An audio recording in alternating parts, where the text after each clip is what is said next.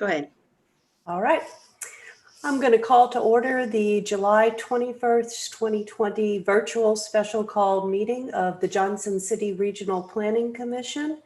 We are meeting via Zoom due to the COVID-19 outbreak under the governor's orders permitting us to do so. I'd like to begin this meeting with the invocation and the Pledge of Allegiance. Commissioner Whitfield, are you still willing to lead us in the invocation this evening?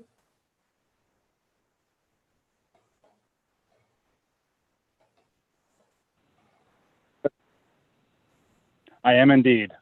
Thank you. Let's take a moment. I'm going to get the invocation here from beautiful Mackinac City, Michigan. Let's take a moment now and bow our heads. Creator, we ask that you look kindly on this gathering and grant us the wisdom to see the events in their true perspective, not for ourselves or for a merely material gain, rather that we may learn in thought and for the gain of all of Johnson City. Let us incline our ears towards wisdom and apply our hearts to understanding. Let us seek knowledge for the hope of finding and understanding. Amen. Amen. Thank you very much. And I'd like to invite everyone to please join me in the Pledge of Allegiance. I pledge allegiance to the flag of the United States of America and to the republic for which it stands, one nation, under God, indivisible, with liberty and justice for all. All right. Our next item is going to be the approval of the agenda for this evening's meeting. And I believe there are a couple of changes. The first one is Nicole has asked us to move the election of officers to item 6.0. It should become the first item under new business. Well, let's or go. not. No, and that's my fault completely. I apologize. We will wait till the end. Okay. So if you're okay with that. I am fine with that. I just had it down from my notes from the email you sent today. I know, and I apologize. That was my fault. I misread something. So we'll do it later. Okay, perfect. All right. Are there any other changes to the agenda that anybody else would like to see? Yes. May I propose that we switch the concept plan amendment for Cottages at Cedar Rock and the preliminary plat. So Yes. we consider the concept plan before the preliminary plat, just switch the two, because the decision we make on the that you make on the concept plan will determine how you will rule on the preliminary plat. Thank you. You read my mind. So item 6.3 is going to be moved to item 6.2, and item 6.2 on the current agenda will be moved to 6.3. Okay. Are there any other changes to the agenda?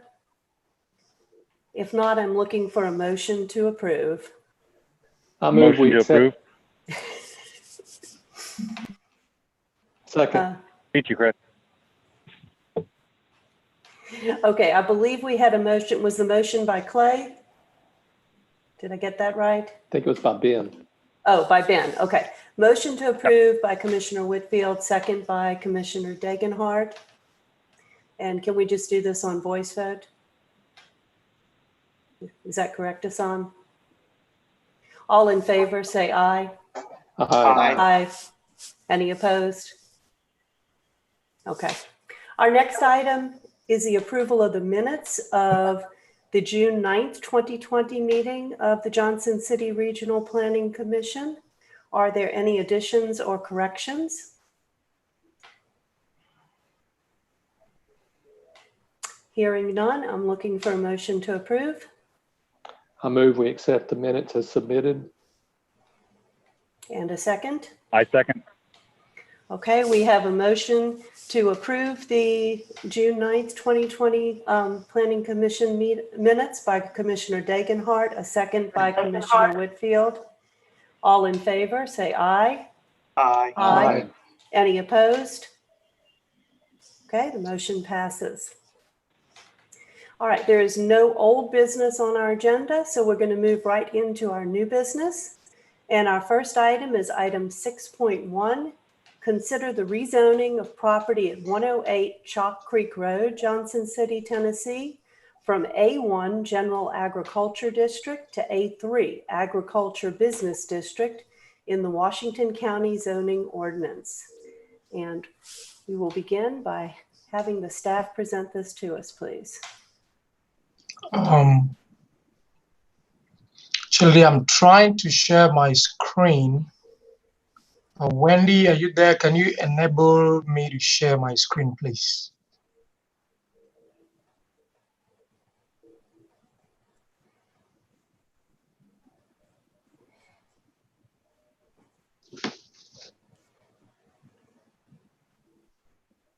I don't know if she heard me. Try it now, it's on. Oh, thank you.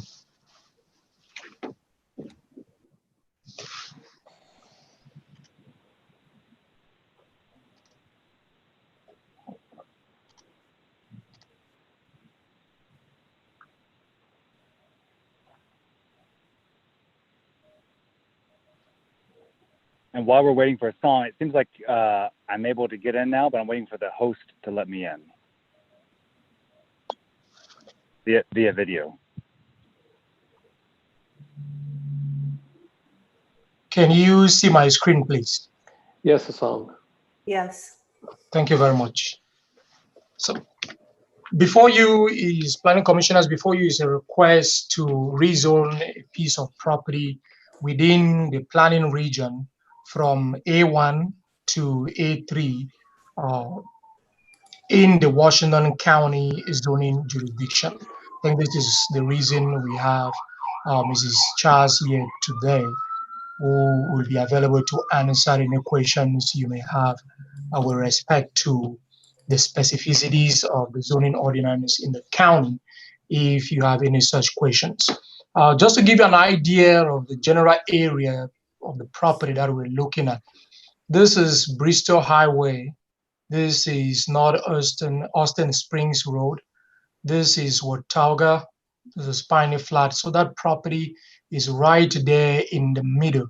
Hodge Road comes down from North Austin Springs right up to around here, and then it turns into Chock Creek Road. This is a generally forested area. Hassan, may I stop you, please? Are you using your pointer or something as you're showing us that? Because I'm not seeing it on my screen. Can you see my pointer? Barely. Yeah, now it's a little better. Okay. So would you mind doing that again, please? I'm sorry. Oh, that's all right. So I was trying to give you the general vicinity, the location of the piece of property that we're looking at. This is Bristol Highway. This other street here is South Austin Springs Road. And down here is Watauga Road. This is Piney Flat. So this is the property line between North Austin Springs Road and Piney Flat Road. I think there is a road that connects, that comes down from North Austin Springs Road down to this location, that is Hodge Road. And around here, it turns into this Chock Creek Road. The property is here in an area that is generally forested.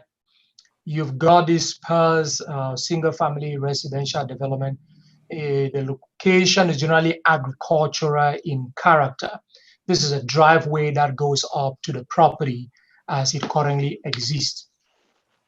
In terms of the natural features of the site, this is a topographic map, so kind of a 3D that shows us the location of the site. The driveway I just showed on the previous screen goes up at this location.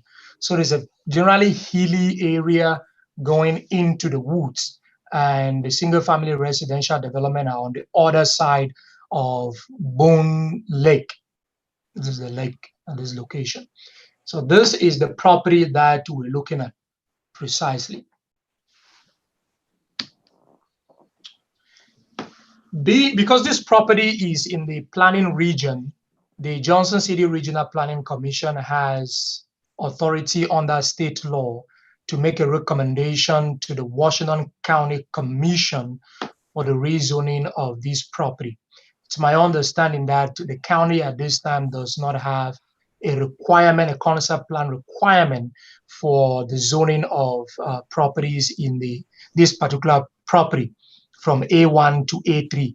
As such, any of the uses that are permitted in the A3 zoning district per county zoning ordinance can locate on this particular site.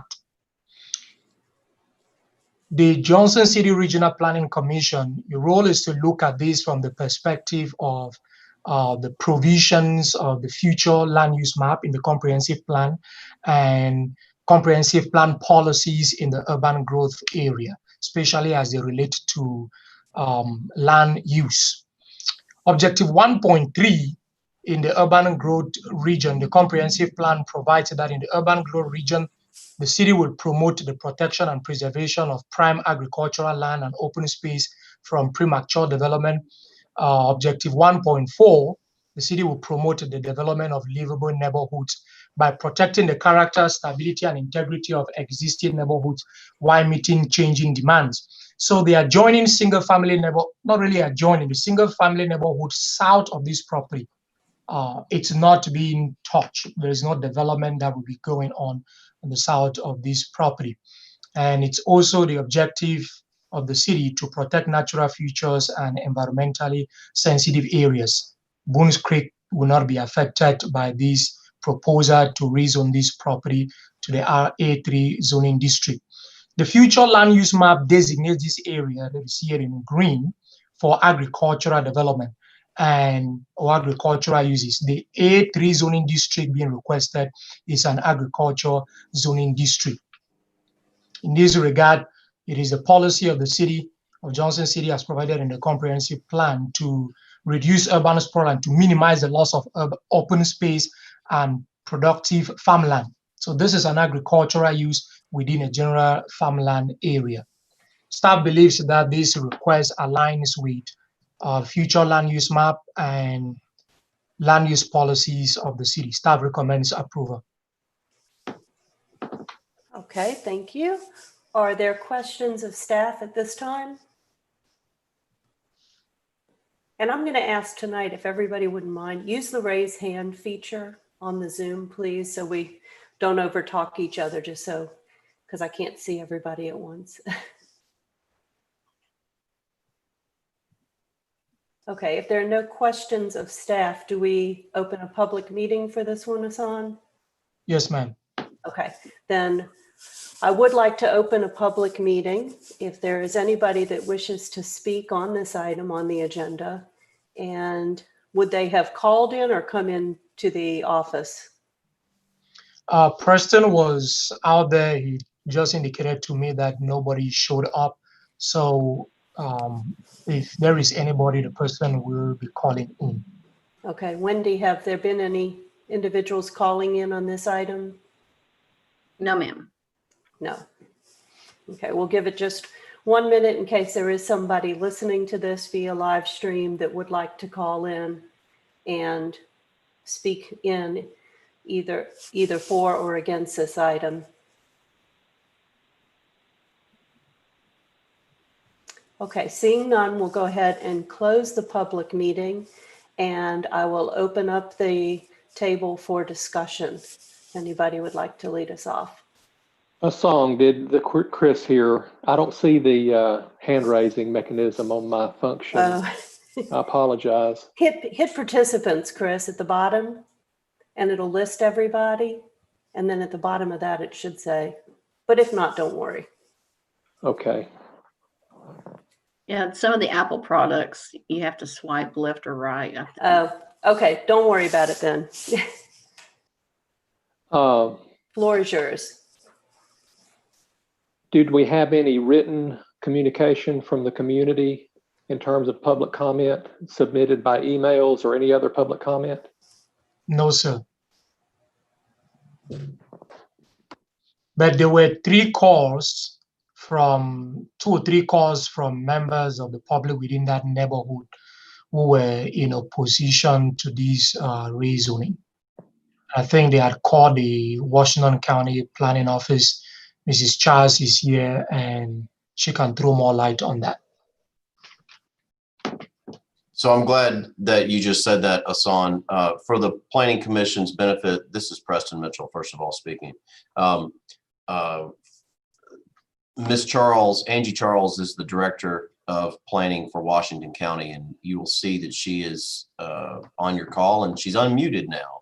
So as Hassan had noted, these are one of those, or this is one of those rare rezonings where you as a regional planning commission, even though you are the City of Johnson City's Planning Commission, you are also a regional planning commission, meaning you have authority to make recommendations on rezonings outside of the corporate limits.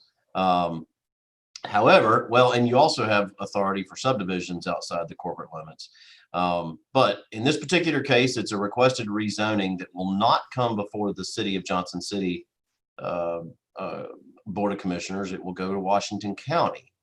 So Ms. Charles is here to answer any questions, but Hassan was here to provide the policy considerations because the comp plan is your comp plan and was adopted by the Regional Planning Commission. And so it's the responsibility of Hassan and the city to give that information. Ms. Charles can provide specifics on her zoning code. If you have any questions on the difference in the A1 and the A3 in the Washington County zoning code.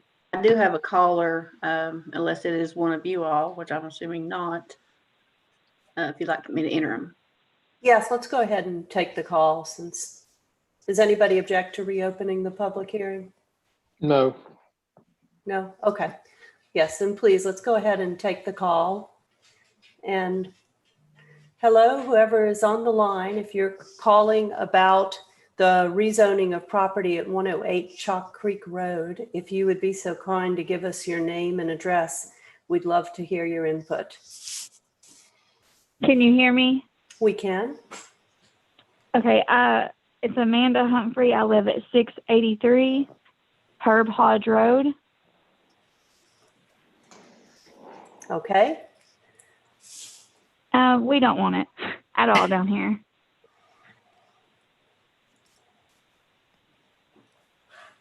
Is there any specific feedback you would like to provide, just to express your opposition? Well, I mean, we live in the country for a reason, and it's quieter down here, so we just prefer it to not be here. And I have 2 children that we live right down the hill from where they would be, and my husband's aunt owns the land right beside of it, and we just don't want it. Okay. All right. Thank you. We appreciate your input. Thank you for calling in this evening. I have Thank another you. call as well. Okay. Okay, thank you. Bye-bye. You're welcome. All right. Whoever else is on the line, if you would begin by just please giving us your name and your address, then we'd love to hear whatever feedback you'd like to provide. Moment. Are you there, caller? Hello? Hello. Hi. Hi. If you could begin by giving us your name and address, then we'd love to hear your feedback on this matter. Yes, ma'am. It's Lisa Godsey, and our address is 675 Herb Hodge Road, Johnson City. Thank you. And any feedback you would like to give in either support or opposition of this, we would welcome, Lisa. Okay. We really would rather it not be in our community. We have a lot of older people that live around us. It's a very quiet neighborhood. We have a whole lot of traffic anyway due to the river and everybody fishing. So I don't think we would really appreciate extra traffic. And it to be a gun range. Our animals, we have a farm. They do not like the fireworks or gun shooting. They just tears them all to pieces. And I I mean, we would really appreciate it not being in our neighborhood. Okay. Thank you very much. We appreciate that input. All right, ma'am. Thank you. Thank you. Are there any other callers that are on the line, Wendy? No, ma'am. Okay. If we get any more while we're discussing, just let me know. I think we could reopen the public hearing since we are doing this via Zoom. It's probably a little difficult. Sure. But I'm going to go ahead and close the public hearing at the moment then and open this back up for discussion among the commissioners. And I'm going to start by just asking Angie if you can provide us any feedback about the calls maybe that you received, Angie, or anything else that you could add to Hassan's presentation, please. Yes, ma'am. Thank you so much. I appreciate all of Hassan's work on this one and your time this evening considering it. The county is a little different from the city in that we have 3 different agricultural districts, the A1 up through the A3.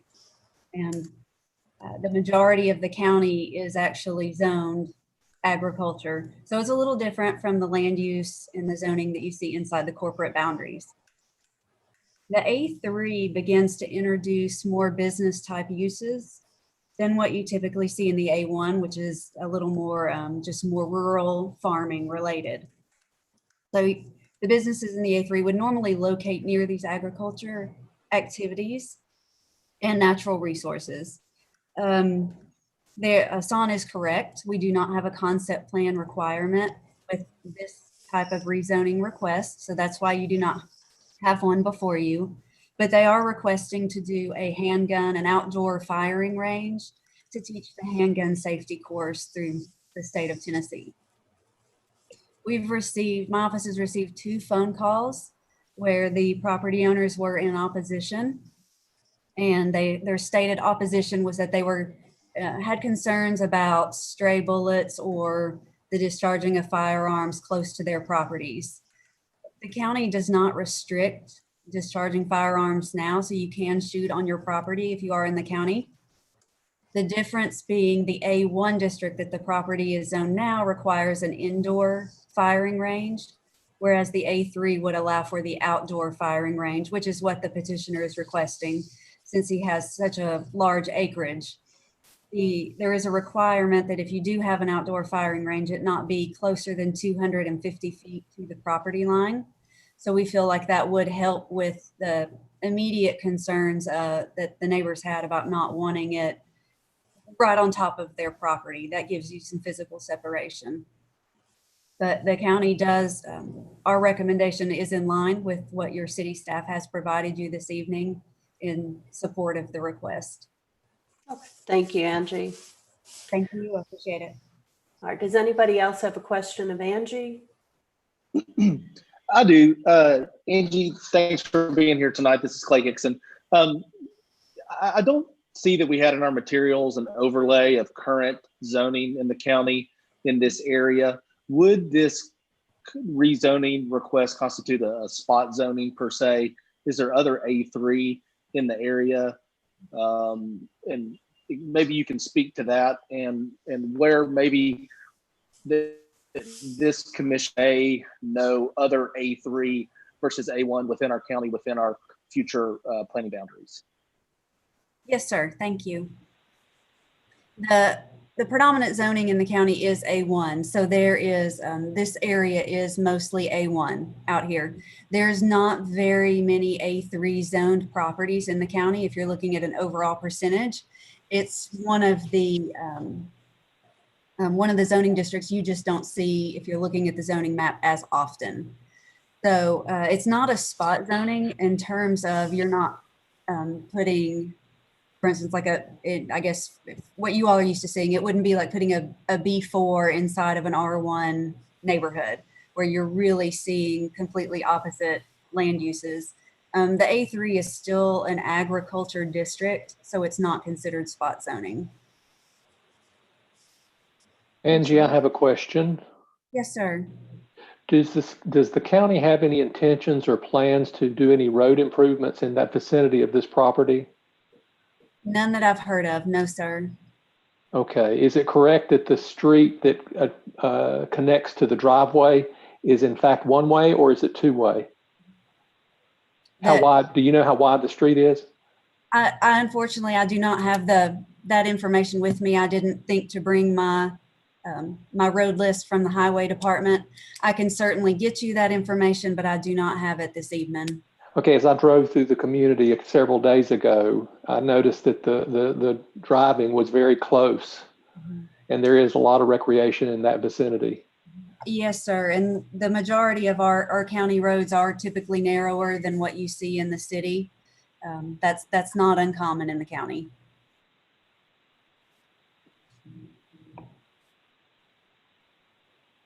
Angie, I have a question. This is Stacy Wild. To do the A3 zoning, we would be allowing any usage under A3, even though they've stated what their specific planned usage is, correct? Yes, ma'am, that is correct. It's like any other rezoning, it would allow any of the uses in the district. Okay.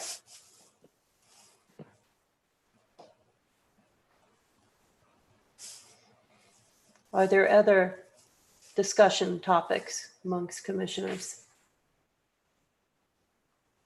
It's Larry. Just a procedural question. It's not required for the petitioner to have a plan or even tell us what the plan is. Is that correct? Yes, sir. Okay.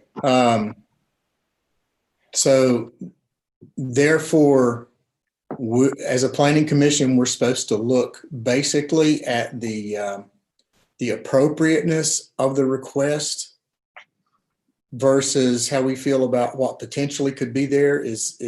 Am I reading this correctly? As a planning commission, because you don't have a concept plan, usually for rezonings that involve a concept plan in the city, that concept plan is binding. If the developer or the property owner wishes to change that concept plan in future, he will have to come back to you for approval, change it to any other use.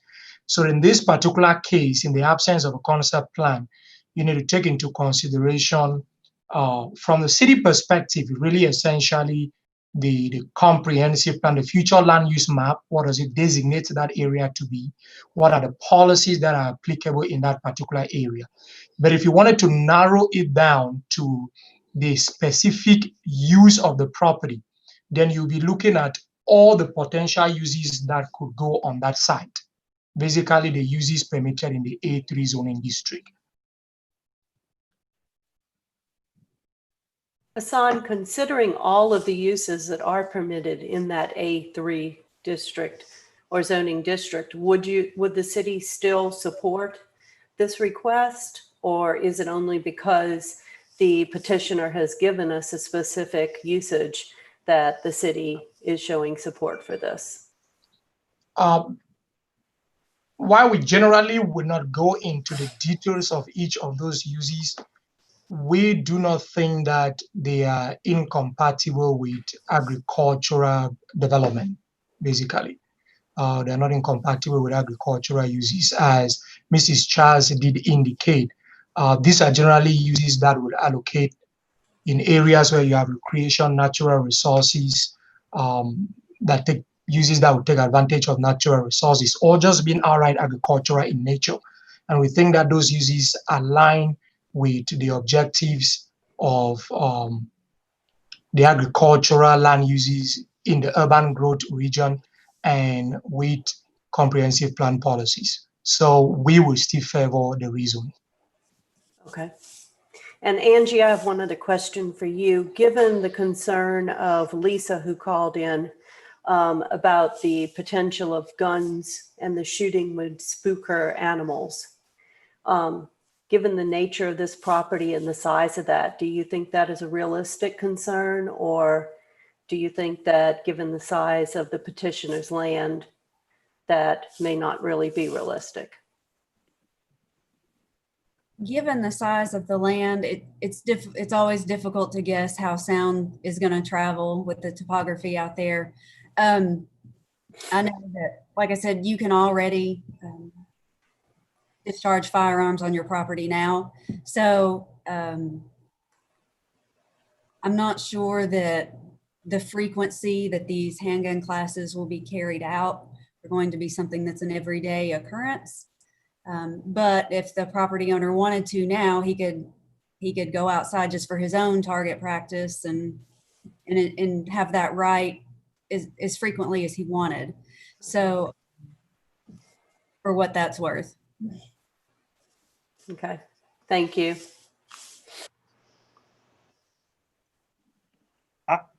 I had a question if I can, Angie.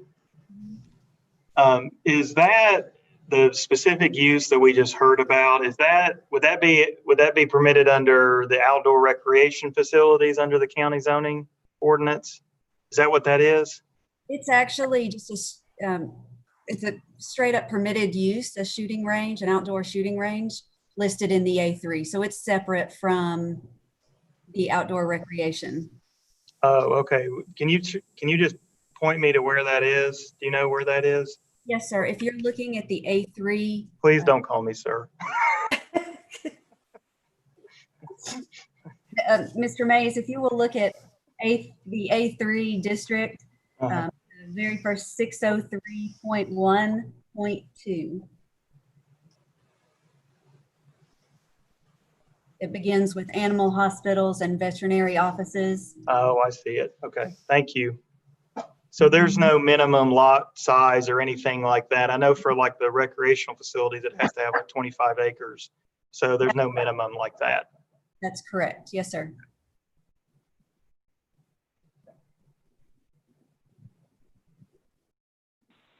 Okay, is there additional questions or discussion?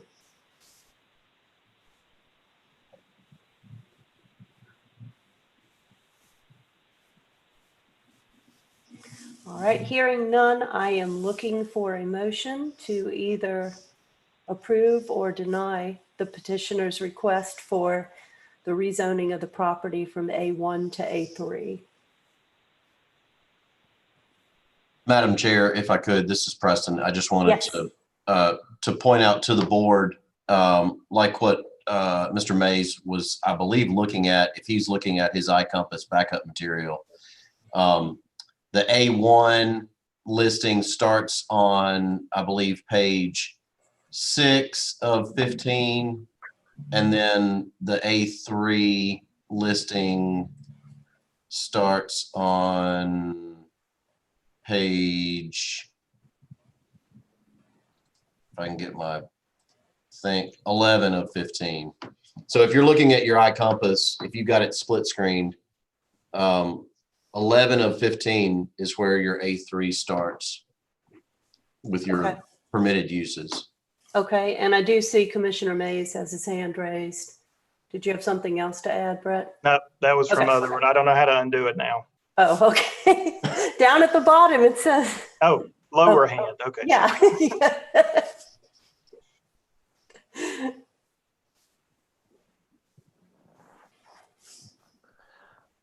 I would like to make a motion because of the unknown and unclear issue of noise in the community, because of the lack of large-scale road infrastructure and the intensity of recreation in the area, that we deny this request. Okay, Commissioner Dagenhart has made a motion to recommend. This is just a motion to recommend to the county. Is that correct, Preston? Yes, ma'am. Okay, so Commissioner Dagenhart has made a motion to recommend denial of this rezoning request. Is there a second? I'll second that. Okay, and we have a second from Commissioner Mays. Is there any additional discussion? Okay, seeing none, then the motion on the table is to recommend denial of rezoning of the property at 108 Chock Creek Road, Johnson City, from A1 to A3. Would you please call the roll, Nicole? Commissioner Dagenhart, Yes. Commissioner Hickson, If we vote yes, we are voting Yes. to deny, correct? You're voting to recommend denial. Okay.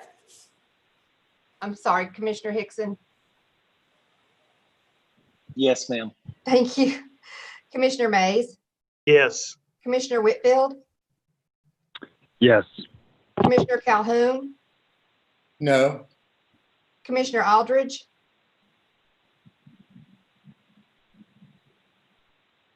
No. and Secretary Wild.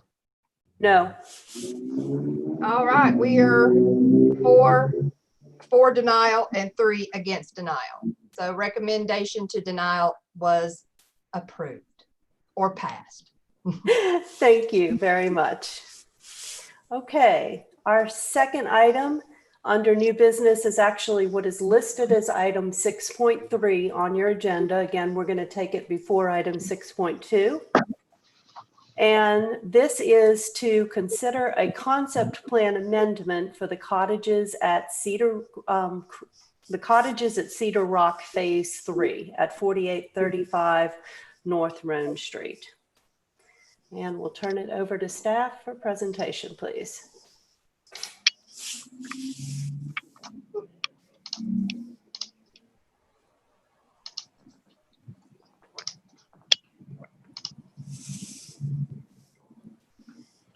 Can you see my screen, please? Yes, we can.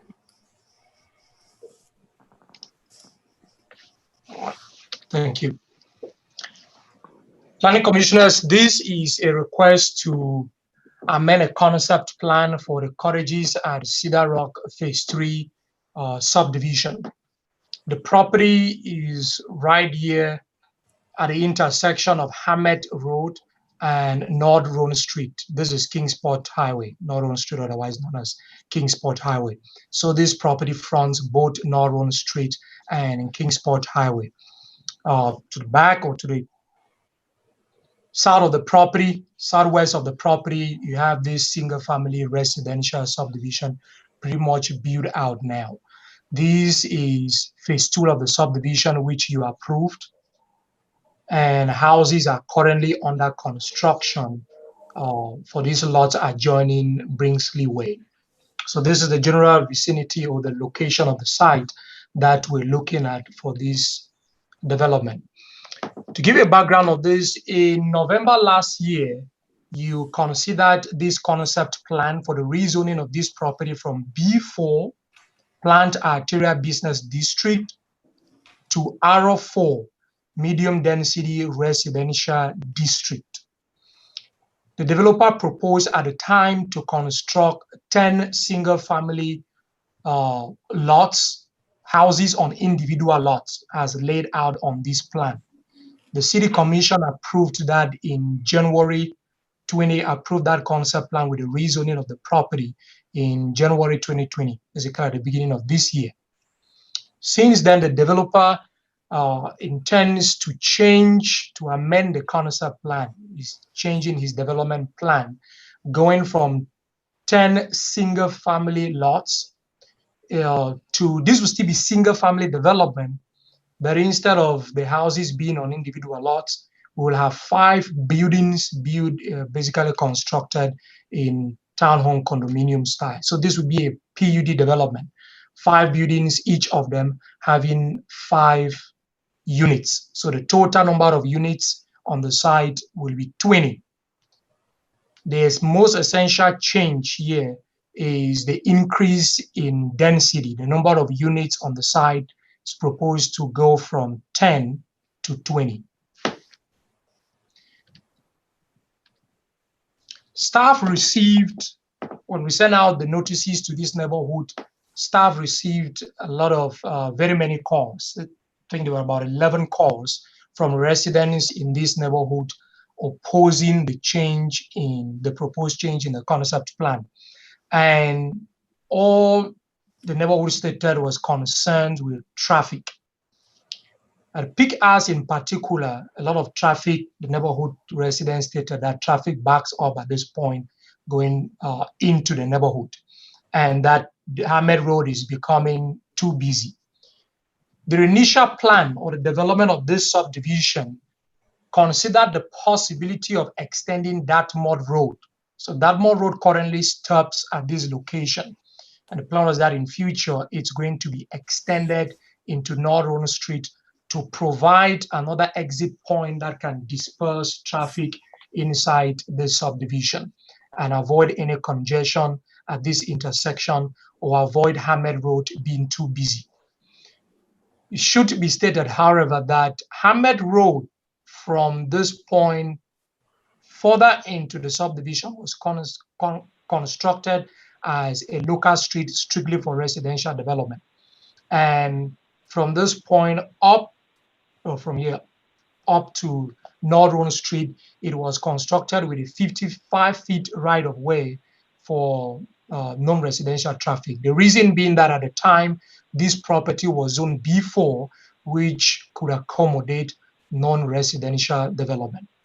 Because of these complaints that we received from the neighborhood, we decided to do traffic counts to determine whether these complaints were real or just perceived. We placed the counter at 2 locations. Location 1 at the intersection of Suffolk Road and Hammett Road, just past that intersection towards Norwood Street, and location 2 at the intersection of Candor Road and Hammett Road. We did not place this count close to Norwood Street because there is a lot of construction of the houses going on now on Bringsley Way. The construction trucks going in and out of that side would have distorted the counts. The numbers would not have been correct. And we decided to also count at this location to take into consideration the possibility of what would happen if that mud road were extended to North Roan Street. Developments on this end of the property could use that particular route. So if we subtract that traffic from all that we're getting at this particular location now, how would that generally affect traffic flow, peak hours, and congestion on that particular street? At location 1, the minimum number of vehicles that we counted, 517 on Sunday, that is at this location, and the highest 786 on Friday. That gave us an average daily traffic of 672 vehicles per weekday.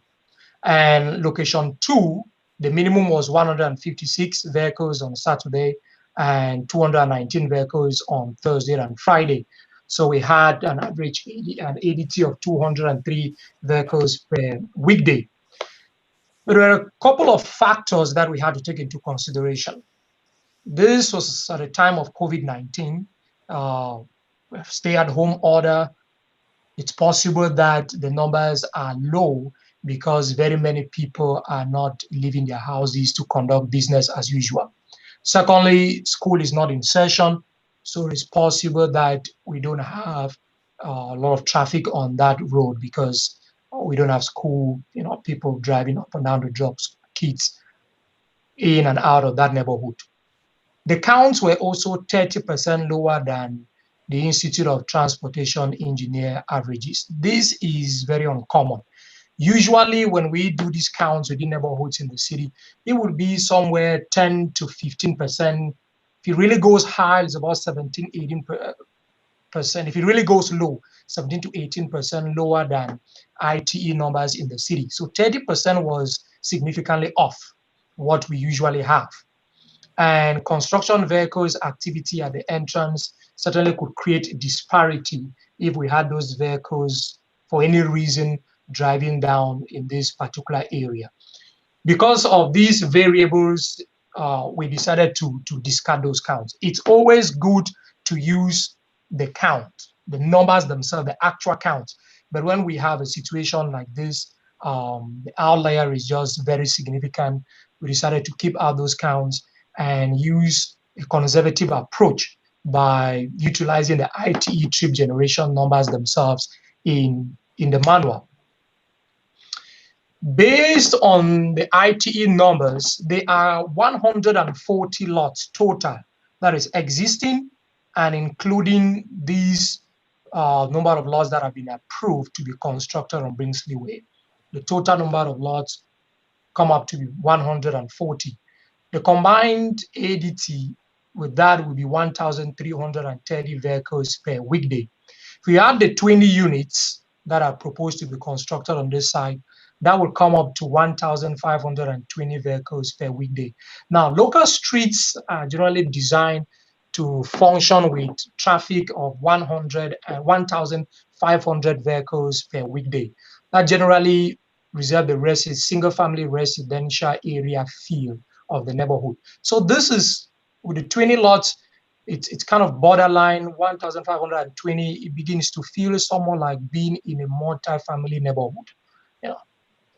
And then we should also take into consideration there is a separate application by the same developer for the Cottages at Cedar Rock Phase 4, which will be the development of this property. It's already zoned R4. There's no rezoning required for that. There is no concept plan required for that. He just needs to get a preliminary plat approved and he can proceed with development on that site. And that Phase 4 he also proposes to construct 20 units on that site. So if we add those 20 units to the 20 units of Phase 3 to the already approved developments on the site, the total traffic comes up to 1,710 vehicles per weekday. Now that really begins to feel like kind of driving in a student multi-family environment, a street in the city that will have that kind of feel, function-wise, will be Seminole Drive, if anybody has driven in that area. Staff looked at a scenario in terms of how was this area planned generally. If we have Dartmoor Street extended to North Roan Street, that will provide a secondary exit out of this site, then it's most likely from this point to North Roan Street is 2,200 feet. From this point to North Roan Street going through Dartmoor Road is 2,000 feet. So it's most likely, since people generally want to go through the shortest distance, is likely that residents in this area may go out through the site. Of course, if they are coming to the downtown area, Walmart, to the inner city, put it that way, there is additional distance they will have to cover from this point to this point. So they may just as well go this way. But if that were to happen, if we were to have these residents use this secondary exit, then the ADT will reduce from 1,520 to 1,359 vehicles per weekday, which will be well within the design and functionality characteristic of a local street. Hammett Road in that particular area is a local street. Song, does that assume both plats? So 40 units total? Those numbers? The 1520 and to the 1359. Does that assume both of the new 20 unit applications would be constructed, or just the application we're discussing right now? The 1,520 will include just Phase 3, the application we are discussing right now. Okay. If we add Phase 4, then the numbers go up to 1,710. Okay, thank you. You're welcome, sir. Based on this, it was clear to staff that the traffic concern from the neighborhood was not just perceived. If we take that conservative approach, then that concern is real. There are two options that staff proposes, and we have shared this with the developer. Certainly, he would prefer to just have the plan approved as submitted. But we propose two options that the Planning Commission could consider. First, the developer could maintain the initial approved concept plan that permits him to construct 20 units on this piece of property, or approve the amendment, but with the caveat that 20 units be constructed, 10 units be constructed initially, which will be the same density, the same 10 units that had initially been approved. And then when Dartmoor Road is extended to provide that secondary exit route from the neighborhood, the developer can construct the rest of the 20 units. That is an alternative, which will be, and if that is approved, of course, the developer will be vested with the construction of, call it phase 3A. He will be vested for 20 years, which is for 15 years under the law, which is renewable. So this is the recommendation that staff has before you. Hassan, who would be responsible for the extension of Dartmoor Road? Would that be City Public Works or would that be the developer? That will be the future developer of, let me just go back one slide so this can be clearer. That will be the future developer of this piece of property.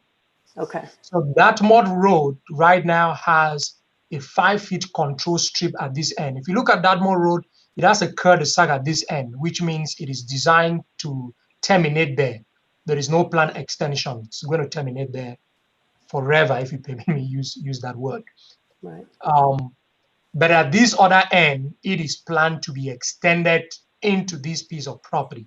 So, and the development of this property will come before the Planning Commission, except it ends up just being one house. If you have a developer constructing a subdivision on this site, that will come before you for preliminary plat approval and final plat approval. And at the preliminary plat approval state, you will have the authority to require that extension or that connection of Dartmoor Road and its extension to North Roan Street. That's how this site was initially conceptualized. Okay. And there are no current developments that have been submitted for that portion, correct? No, ma'am, there is no current proposal for that portion. Okay, thank you. You're welcome. Okay. Song, this is Whitfield. I have a quick question of clarification. I know we approved one sidewalk in the initial approval. Is that maintained? Is that my understanding? Just one sidewalk?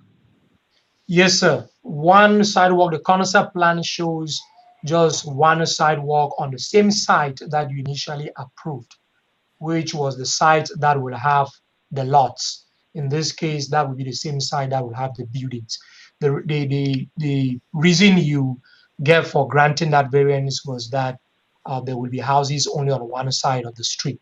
So a sidewalk will not be needed on the other side that doesn't have houses. This houses here all front on Bringsley Way. Thank you. Welcome, sir. Okay, are there additional questions for staff at this time? Hey, this is Brett. It doesn't look like, am I correct in saying that the property, or we're considering the extension, or not considering, I'm sorry, where the extension of that road would be, that's not owned by the same person who is requesting this proposal. Is that correct? Yes, sir. He doesn't own that property. What we're looking at is planning the development of that area.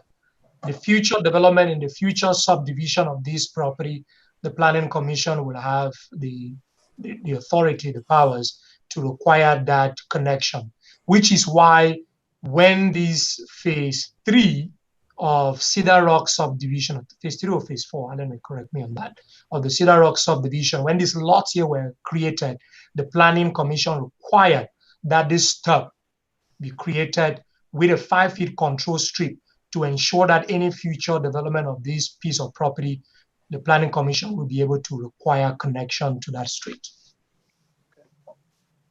Thank you. You're welcome. Are there other questions of staff at this time? Okay, if not, do we open a public hearing for this one, Hassan? Yes, ma'am. Okay.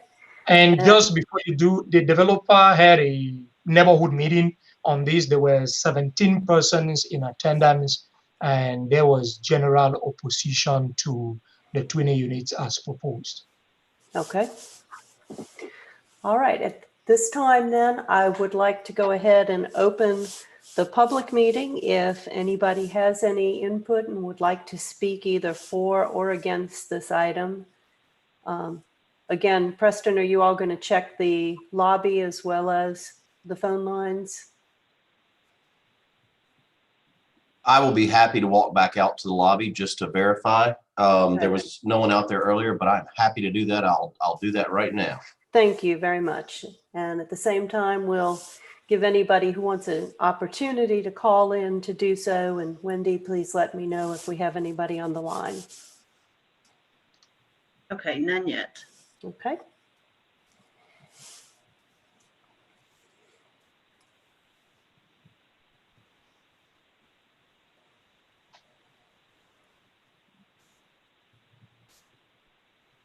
Hassan, you're still sharing your screen. Just thought I'd let you know because you were back on Chock Creek again.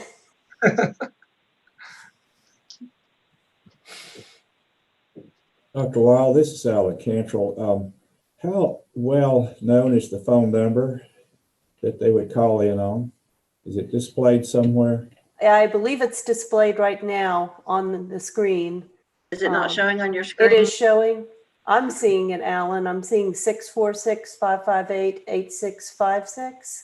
Yes. Hassan, if you'll unshare your screen just to make sure. Yes, I have unshared it. It's anybody still see my screen? Well, Just to make sure. now we went blank. I was seeing the screen that Wendy had a minute ago, but now I'm seeing Hassan or blank. Let me make sure. No, I don't have my screen being shared. Okay, now I see Wendy's screen. We do have a caller. Okay. All right, do you want to put them through, please, Wendy? Well, it looks like they hung up. I'm sorry. Okay. I see one number on there. Is that somebody's? That 423 number?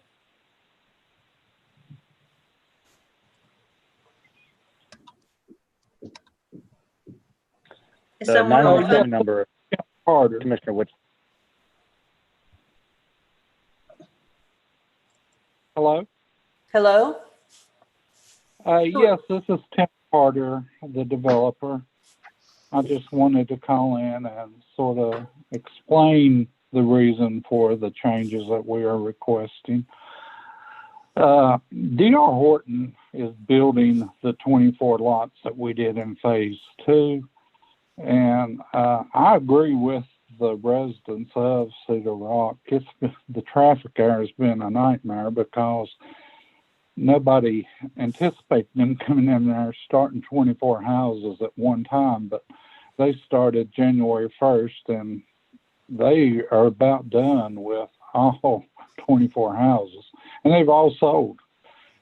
They wanted us to do phase 3 single family, but when we did our numbers, we did our grading estimates and everything, with just putting units on one side of the street, the numbers just did not work out for us.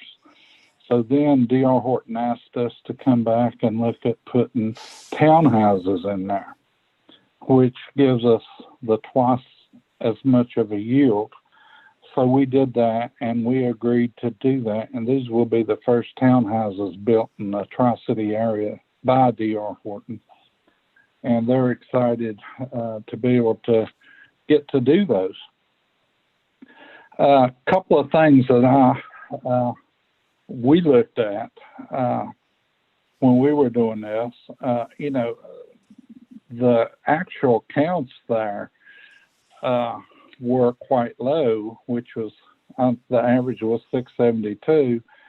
When we used the DIT number, I think I'm saying that right, I'm not sure, but it pops up, it almost doubles that.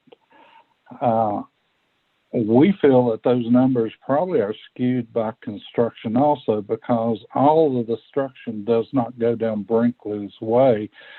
Most of it goes on into the subdivision, turns around, and then goes into Brinkley's Way, trying to line up and, you know, get into there. A lot of the potential buyers come in and check out the neighborhood.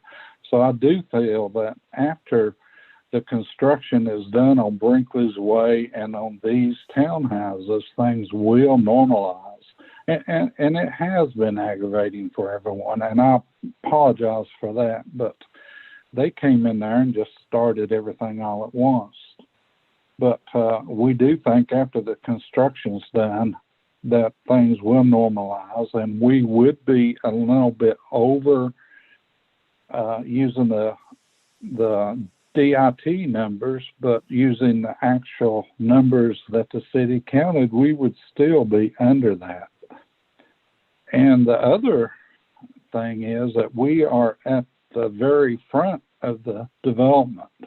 It's not like we're at the back of the development and all these cars drive all the way through the subdivision. So we would like to ask the Planning Commission to look at what D.R. Horton is providing, which is affordable housing. These townhouses will be from 160 to 180 in price range. We would like to ask the Planning Commission to approve allowing us to put 20 units in there. As we say, we think that the road system is sufficient. We could do a traffic report, but that's going to take us a month and $10,000. So we would like to proceed on with this and get this done as soon as possible. They do not want to leave Johnson City, this area in Johnson City. So we're sort of under timeline with them to get them some lots prepared. Any questions, I'd be glad to answer.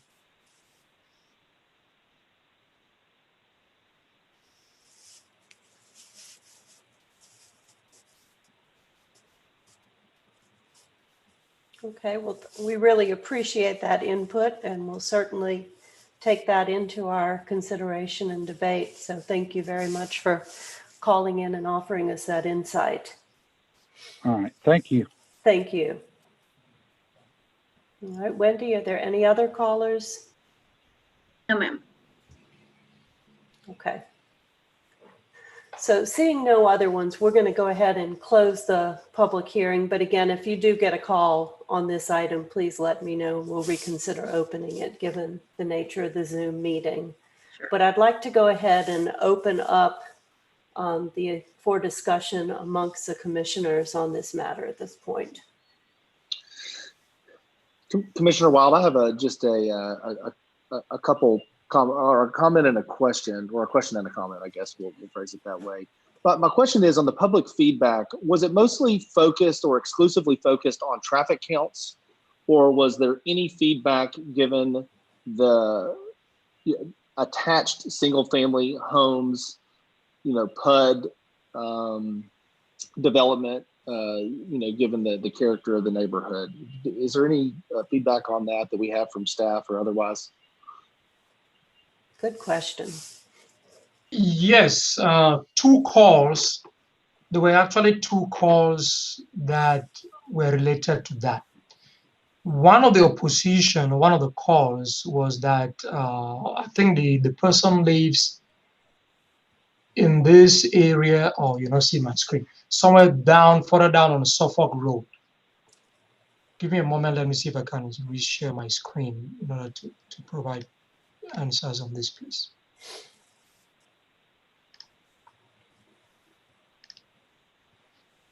Can you see my screen? Yes. Thank you.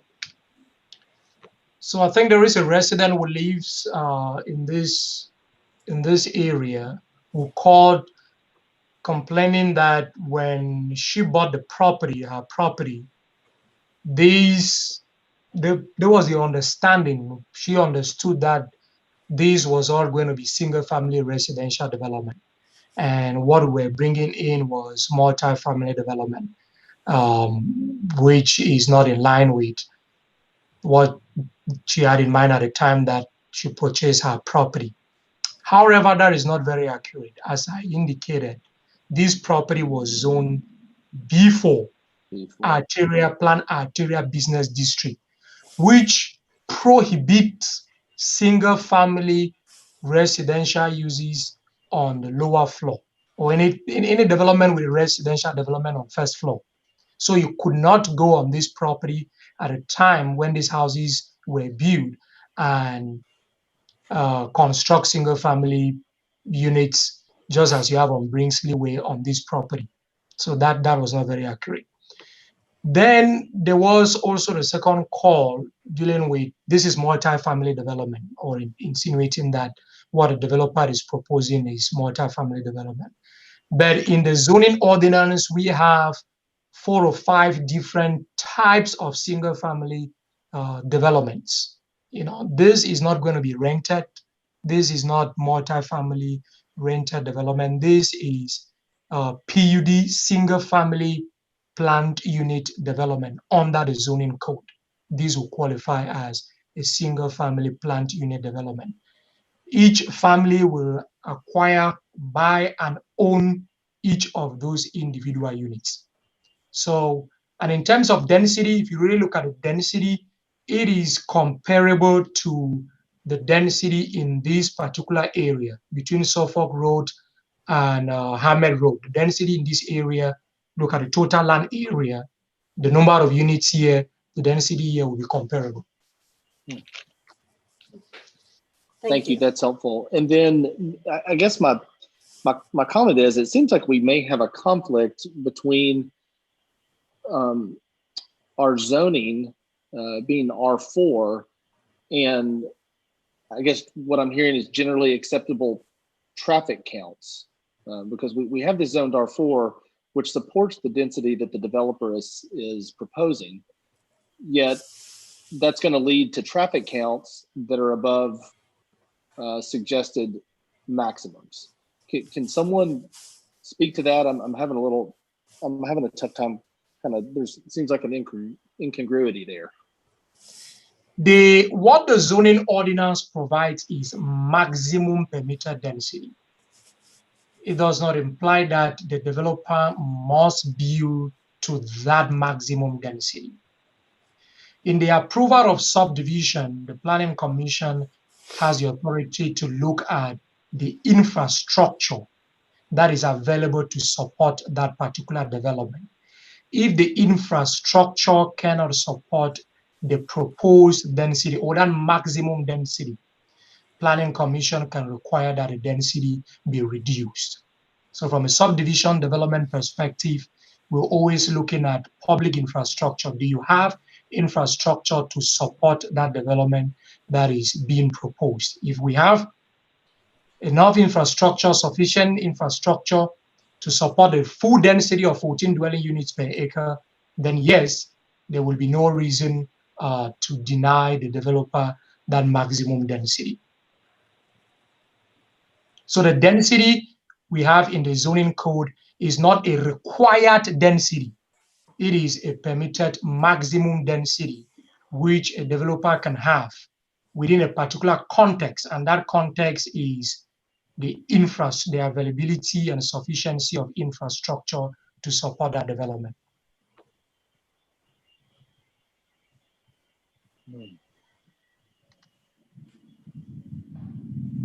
I guess I'm having a hard time understanding why we changed the zoning from B4 to R4 when the infrastructure is the same as it is, was the same then as it is now, and what maybe would be a density that is closer to the 7 or 8 units per acre that is being proposed. Would that be an R3, R2 type density? Could you help us out with that, Asong?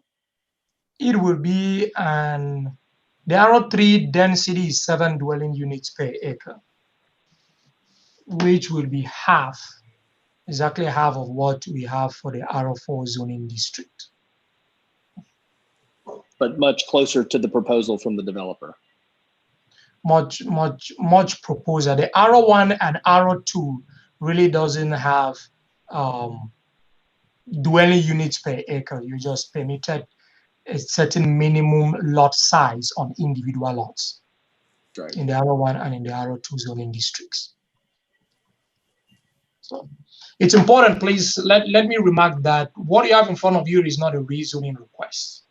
So the developer is not proposing that you change the zoning district. That will get into questions of other possible uses that can go on the site. Now the developer is proposing that they maintain the zoning district R4 and just amend the concept plan to permit those 20 dwelling units.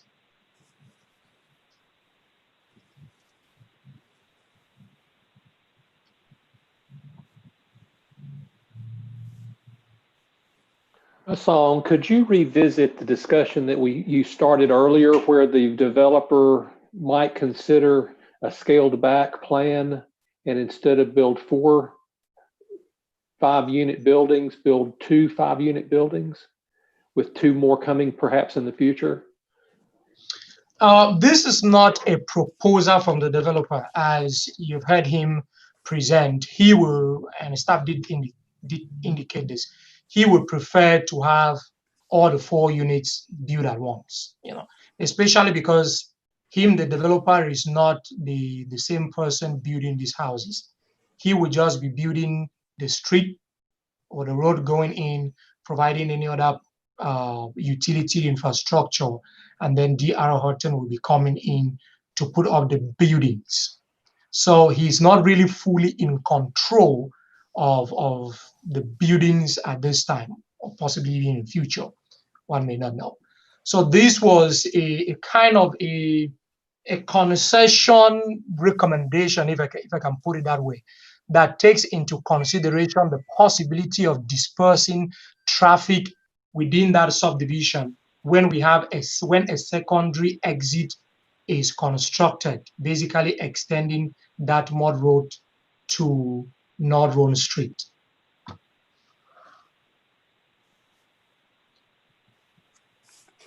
But from what I heard from the developer, that is not an appealing concession because they seem to have a particular builder, D.R. Horton, that is in town for a limited amount of time and is willing to do the construction of these units.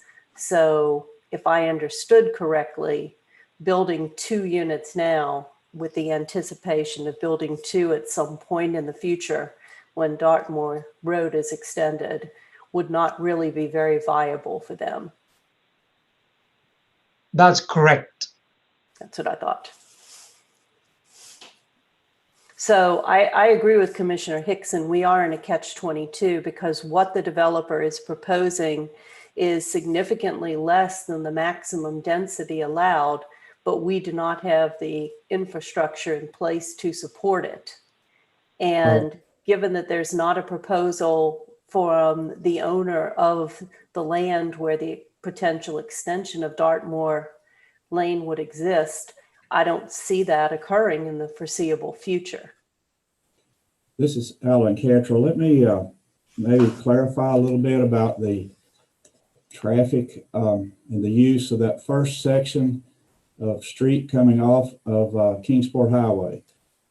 Originally, when this whole project was proposed to us back around the mid-2000s, 2005, 2006, what you see built today and built out today in the back was proposed as very small lots compared to what we had been seeing in the past, and even smaller lots in a little section that Sangay mentioned that a lady had bought with the understanding that the B4 would be single family. That's even smaller lots. We knew that this subdivision would be dead-ended at the time. So we're looking for future stubs to get other ways in and out, so it's not all loaded onto one street. Second, there is another stub that lines up with a county street that's a dead end today called Carroll Road. We would have preferred that that connection be made, but the folks that live on that street or in the county, they opposed any connection.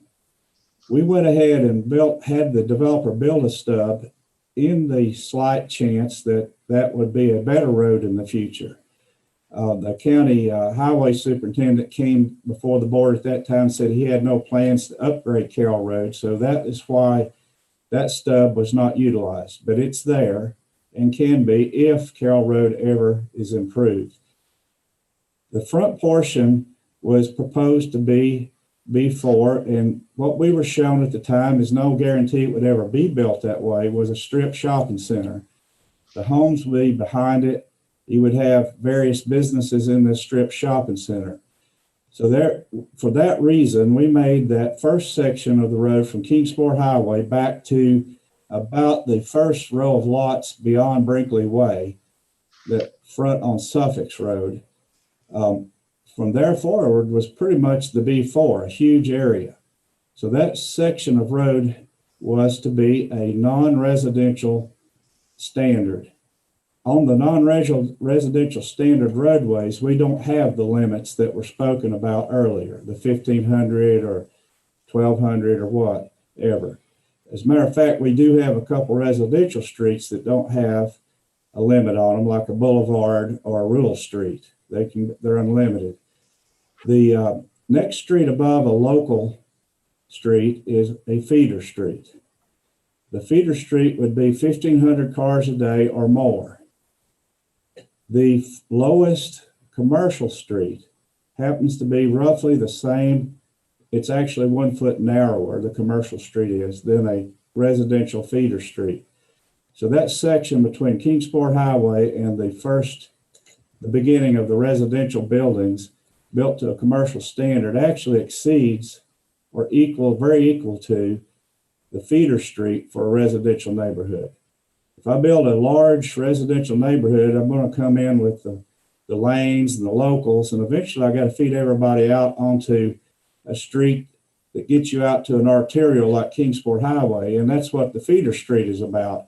And you may have houses built on that feeder street, which will exceed 1,500 cars a day. So what we've said is that a lane will be limited to 240 cars a day. Certain number of lots can be figured out for that. Then the next level up, the local street would be limited to a certain amount, and we would then trigger a better street once you exceed that amount. And once you exceed 1,500 cars, you've got to use a feeder street. So the street that exists today meets residential feeder street standards, but it actually was built to commercial street standards. Now, I'll end this long discussion by saying this. The capacity of a 2-lane road can go sky high. Oakland Avenue has people living on it. There are over 14,000 cars a day on that street. So we were trying to limit these neighborhoods to be quieter by putting these local limits. These are Johnson City limits that you won't find them necessarily in other communities around us. The second thing is an intersection such as at the Kingsport Highway is what's really going to control the capacity on a street. Getting in and off of the arterial is what will be the issue, not how many cars travel along that segment. Since there really isn't any single family home fronting on that segment, no one will be backing into it or in danger of getting hit by a car traveling on that segment. But entering the highway is the limiting issue. That is the control point. And that's always open. There's no promise that there'll ever be a traffic signal there. But if enough traffic can be generated to justify it, they usually do appear. But there's no promise, no commitment from the city that there would be a traffic light there.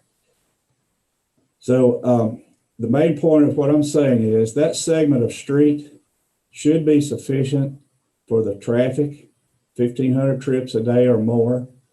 But the intersection at the Kingsport Highway will back people up as they're waiting to get out. That's more of the issue. So given that, Alan, do you consider this a safety hazard? Should we allow for the increased density that is proposed by the developer in this area? I personally believe that the traffic counts are significantly reduced right now. I know that the average number of trips I would have generated from my household before March of 2020 and in June of 2020 are significantly different. And so I do believe the traffic counts are probably low. Do you think I this think is a safety hazard? The proposed development will result in less traffic than what would have been if it had remained B4. Okay. The big B4 would have generated a lot of traffic at that intersection. There would have been at least 2 commercial driveways out of that B4 onto that segment of street. We would have probably tried to get the B4 to have a third driveway off of Kingsport Highway at some point. But the B4 would have helped generate enough traffic to probably justify the commercial developer to kick in on the cost of a traffic light. And that's what happens a lot where a commercial development is proposed. They will pay for the traffic light that is needed. Gotcha. So without the commercial development, that makes that tougher. But there will be less traffic with the residential than there would have been with the B4. The road was built to handle the commercial traffic. The intersection would have probably received a traffic light sooner if B4 had remained. Okay, thank you.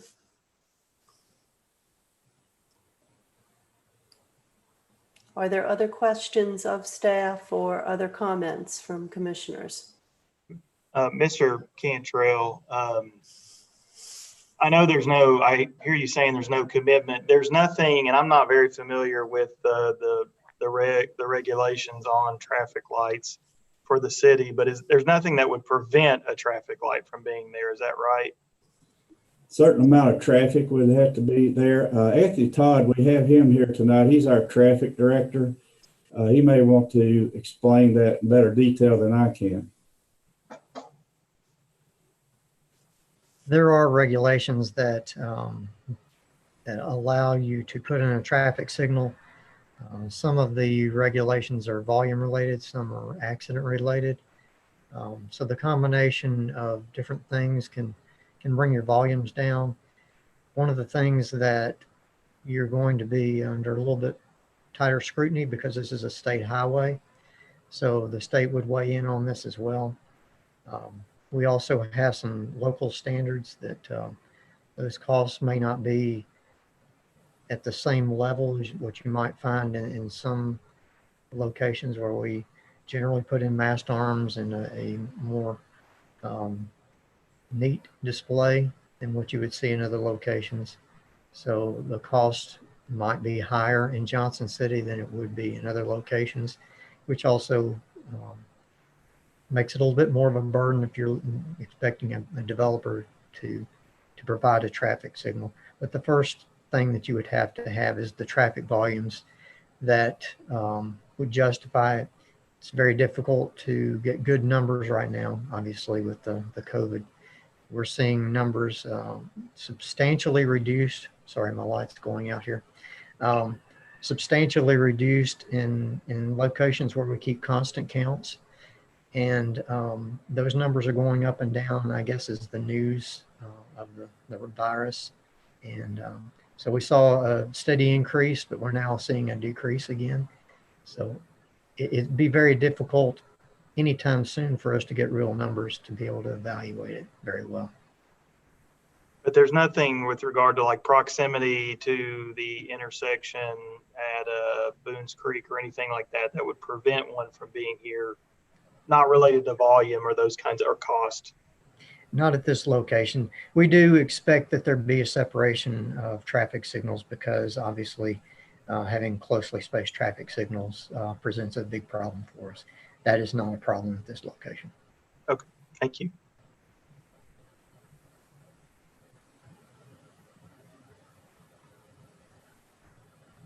Are there other questions of staff or comments from commissioners?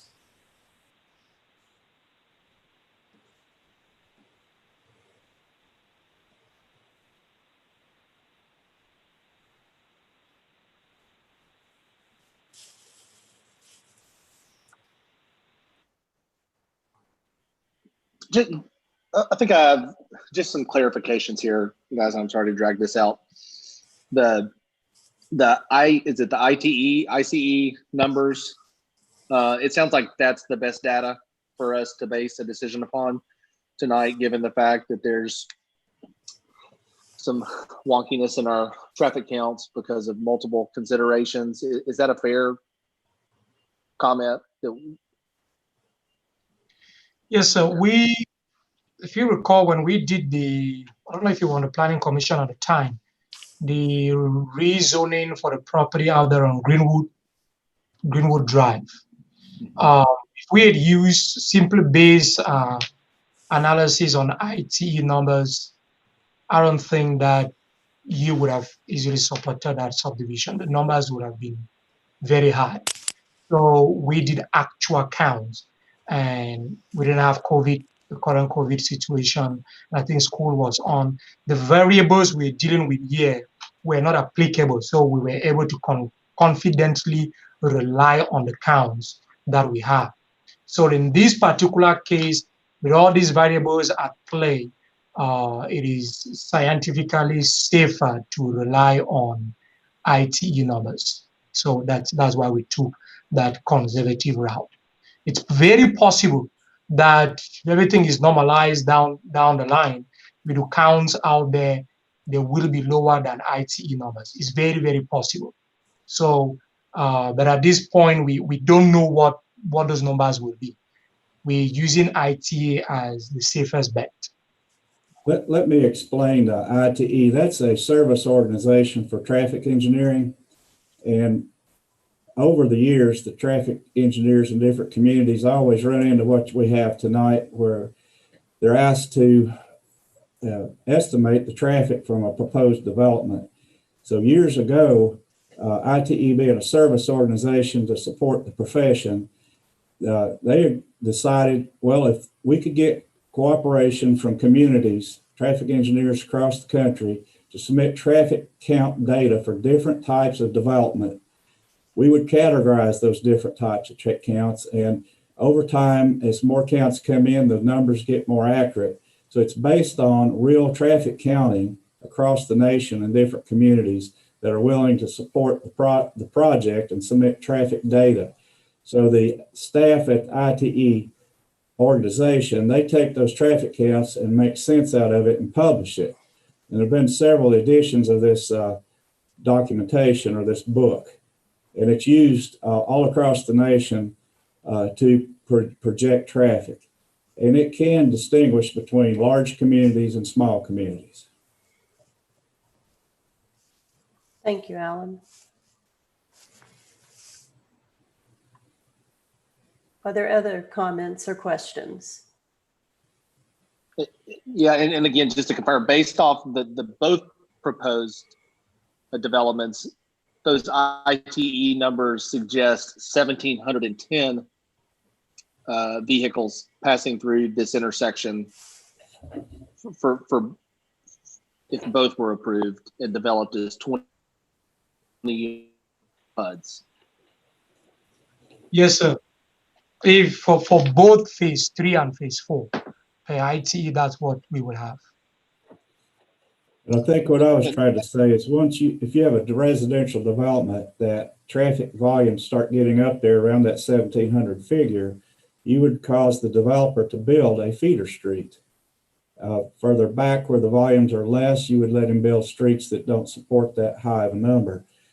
And what I was trying to point out also was that because it was B4, that segment of street was built to a lower level commercial street, which happens to be about the same category as a feeder street.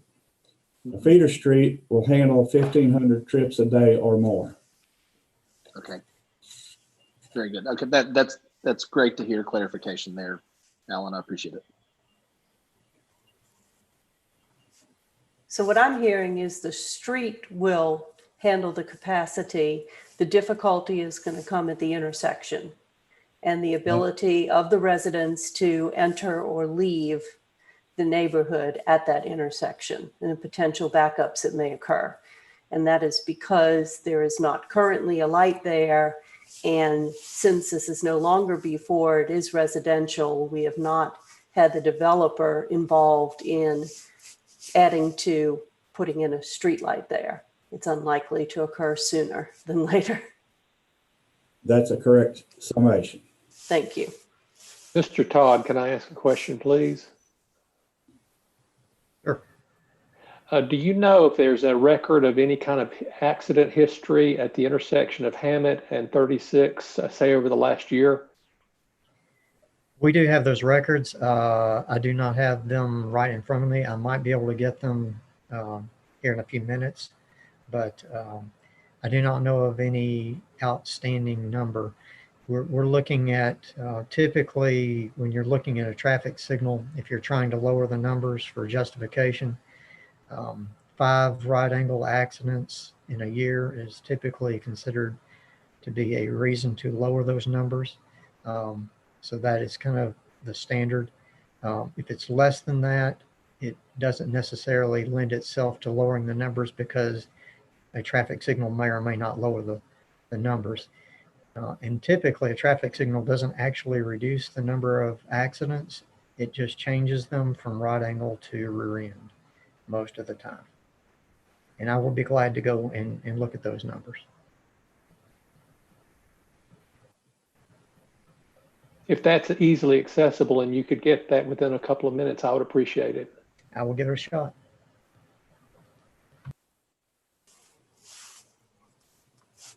Is there any discussion amongst commissioners on the difference in the planned unit development proposal here versus the single family dwellings that were in the initial preliminary plat while we're waiting on those numbers?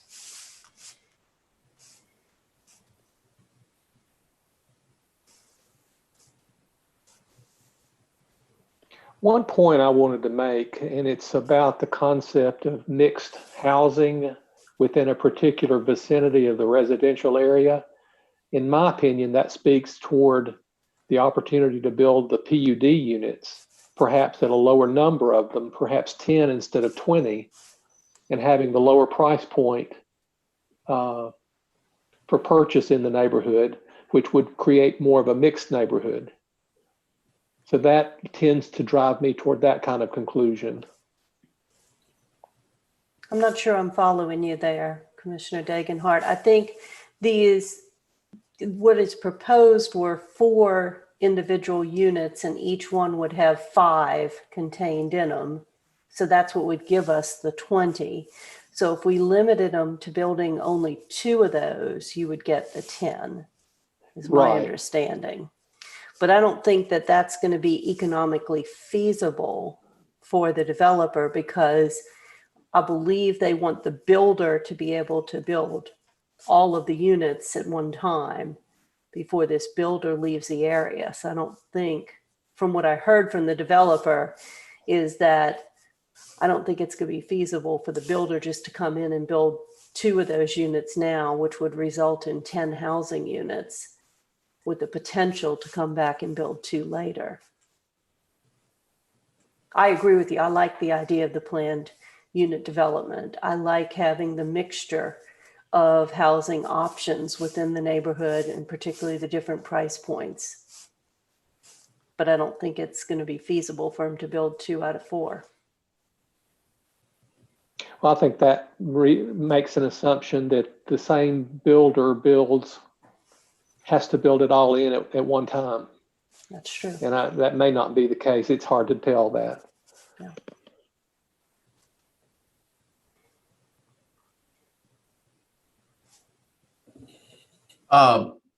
Hassan, would you mind putting the plan back up on the screen just for the benefit of the commissioners? I know they've got their backup material, but just so that they can see what we're talking about here, helping to provide some visuals. Can you see my screen? Yes, we can. Let me get to So I'm glad Commissioner Wild asked the question, did not want to initiate that question from a staff perspective because we didn't want to, or at least I certainly don't want to appear as leading. This is an interesting part of the conversation. I know that we've spent some time talking about the traffic and transportation and the roadway network. Think about it also from the land use and from the planning perspective, and that is, as Alan had mentioned, this area was previously zoned B4, which is one of our heaviest commercial zones, if not the heaviest commercial retail zone. And part of the policy implications or the policy recommendation from staff when this was downzoned was that even though our future land use map calls for a stripping out, and I use that with quotation marks, of our large corridors with commercial development, more contemporary considerations to future land use planning is that it's really more appropriate to consolidate your commercial at your major intersections and at your large commercial nodes, and that you not strip out your large arterials or your thoroughfares with commercial development, because you get increased congestion in situations like that with multiple driveway cuts, et cetera, et cetera. And so the policy consideration to downzone this property to the residential allowed for residential to fill in these inner areas and concentrate the commercial at the large intersections. Another part to that is that in having residential fill in the center part of that barbell, so to speak, it is recommended, it is just sound planning to have your higher density located directly off of your arterials or your major thoroughfares, and that your higher density product not ever accessed through the lower density areas. So in this particular situation, when we met with the developer early on,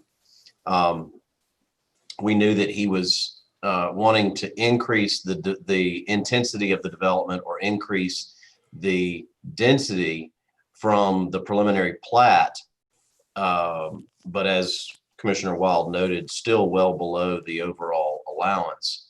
But the appropriateness of this type of development here along Kingsport Highway and being on the thoroughfare side of the lower density is sound planning, appropriate development measures being taken. So just throw that out there for your consideration. Thank you, Preston. I believe we have Mr. Todd back with us. So. Unfortunately, my login is not working, and I have made a request of one of my colleagues. I don't know if he'll get the message, but if he does, I will speak back up and let you know.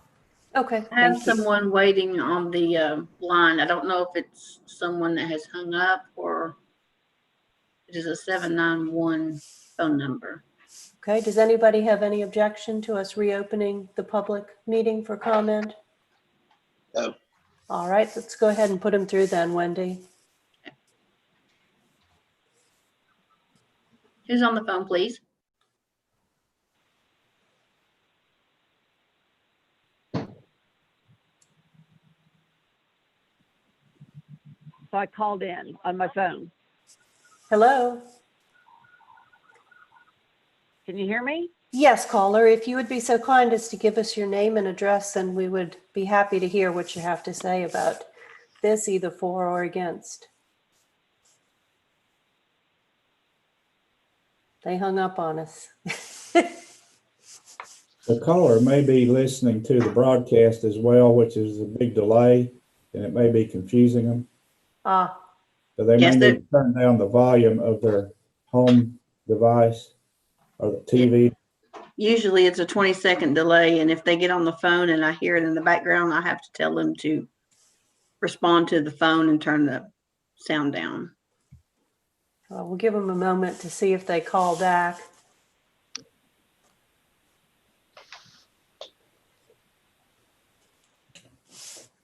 While we're waiting on that, can Alan or Anthony, can you? There's a turn lane. That's a 5-lane road outside of that neighborhood, correct? There's I guess a median, maybe not a turn lane, but a middle lane. Yes, that's a two-way left turn lane. I don't know if there's anything directly across from this road to turn left into at this time, but it's for both directions of traffic to get in to turn left. So on Kingsport Highway, there is a left turn median. So you can get on the median and turn left into Hammett Road. Turning out of Hammett Road into Kingsport Highway, there is no turn lane. Coming from, if you want to make a right turn on Kingsport Highway into Hammett Road, there is no, what you ordinarily call a deceleration lane. You don't have that. But if you wanted to make a left turn into Hammett, let me get on the map here and share my screen for you, please. Just give me a second.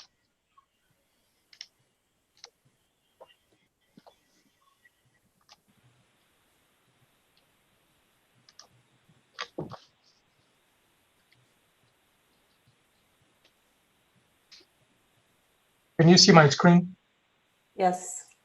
Okay, thank you. So there is a median left turn that you can make on Roan Street going into Hammett Road.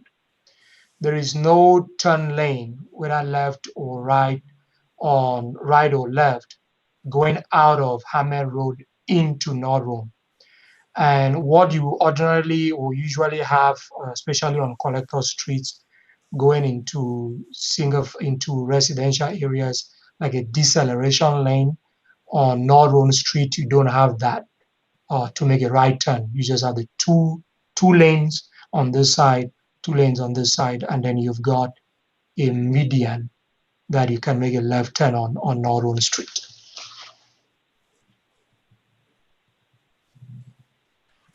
Hassan, I'm assuming it's inappropriate to ask the developer to improve North Roan at that intersection? For the developer to improve Hammett Road and provide turn lanes?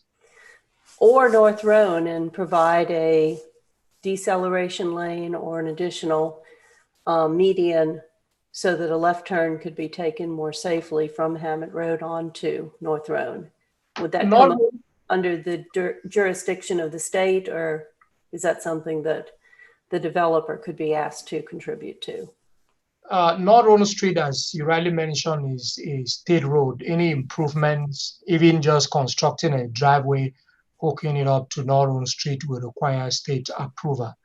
I think if the developer is trying to increase the number of units proposed from 10 to 20 because of cost, and we also require the developer to make improvements to that intersection, then that just increases the cost more and more. Okay. So if it's just a cost argument, it doesn't appear like that would be something the developer may be willing to do. But he can make that decision, but I think that from a cost perspective, looking at the reason he's requesting this concept plan amendment, any improvements there will just add to the cost. Okay. All right. Are there any additional comments or questions from the commissioners? All right. Hearing none, I feel like we've beat this till it's dead and as can be. I am looking for a motion, and our motion is going to be either to approve or deny the concept plan amendment for the cottages at Cedar Rock Phase 3.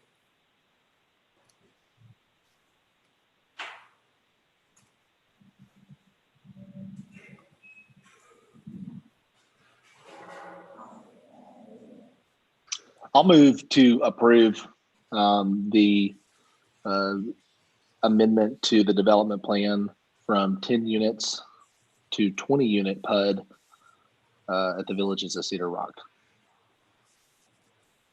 All right, we have a motion from Commissioner Hickson to approve the concept plan amendment. Is there a second?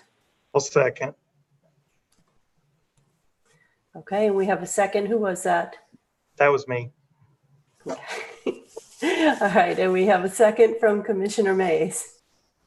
Is there any further discussion? Just for clarification, we are saying as submitted. Is that right? That's my motion, as the applicant submitted. Yes, sir. Thank you. Okay, so the motion on the floor is to approve the concept plan amendment as submitted for the cottages at Cedar Rock Phase 3, which is going to include the change to a 20-unit planned unit development from the initial proposed 10-unit single dwellings. Okay. Commissioner Whitfield, quick question, point of clarification on the vote or the motion. Is this not contingent on waiting for the expansion of the proximate road? I do not to clarify my motion, it would not be contingent upon any prospective development in the adjacent lot. Thank you. Okay, are there any other debate or questions? Hearing none, let's call the roll, please. Commissioner Dagenhart.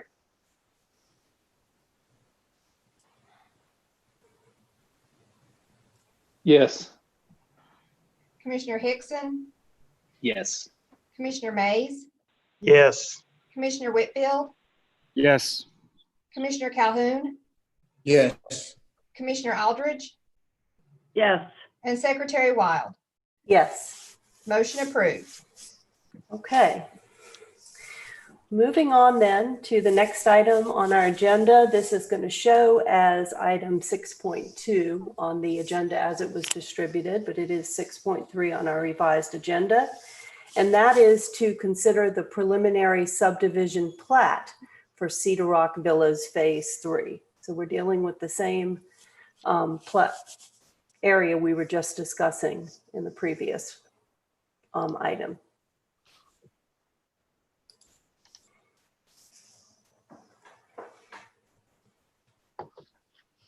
Planning commissioners, this is, as has just been mentioned, this is the preliminary plat for this development of the piece of property you just considered for concept plan approval. Generally, the preliminary plat lays out the same as the concept plan that you had.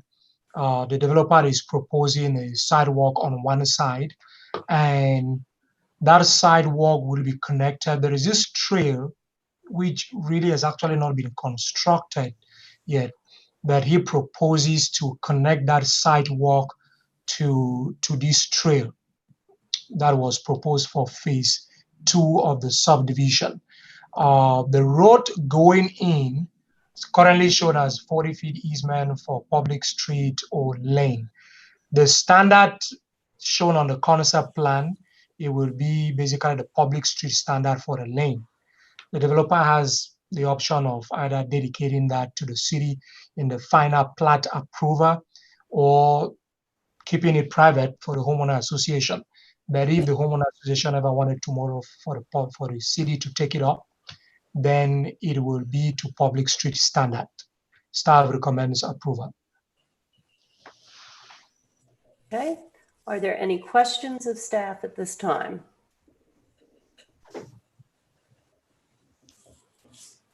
Okay, hearing none, I'd like to go ahead and open up the public meeting again. And that is if anybody wishes to call in either support or opposition of this item.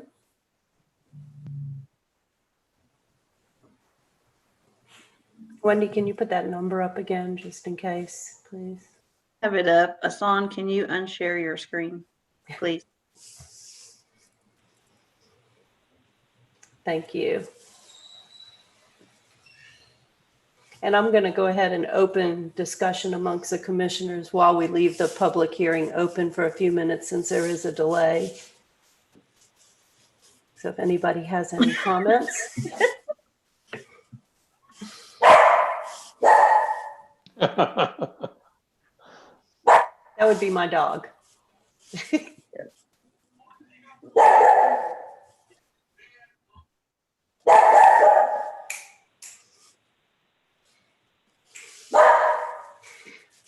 Okay, seeing there is nobody calling in, I'm going to go ahead and close the public meeting, but please again, let us know if somebody does call in. Wendy, I'll be glad to reconsider opening. Sure. And so I'm going to open this up for debate among the commissioners. And since nobody is talking at once, I'll give you my opinion. I liked the planned unit development right next to the road. I think it is a nice transition from the single family dwelling units behind it. So I very much support that. I understood our rationale for agreeing to have a sidewalk on one side of the street only when it was single family homes, because it would back up to the back of houses if we had the sidewalk on the other side of the street. My concern is that if this road is turned over to the city in the future, which I suspect it will be, because residents are not going to want to maintain it, then I think this is our one and only chance to enforce the regulations we have in effect as a city. And so I would like to see the sidewalk extended on both sides of the road. And I'll get off my soapbox and allow anybody else who wishes to share their thoughts. This is Commissioner Whitfield. I would concur with the chairwoman.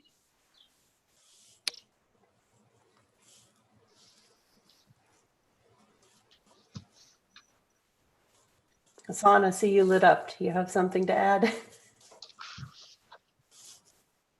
Yes, ma'am. If you permit me to comment on that, the rationale, first, this is a planned unit development, and the subdivision regulations grant the Planning Commission powers to grant variances to these street construction standards, taking into consideration specific circumstances. And planned unit developments, it's very common for planned unit developments not to follow exactly what you will have in the subregs. They are usually, you can adapt them to various scenarios.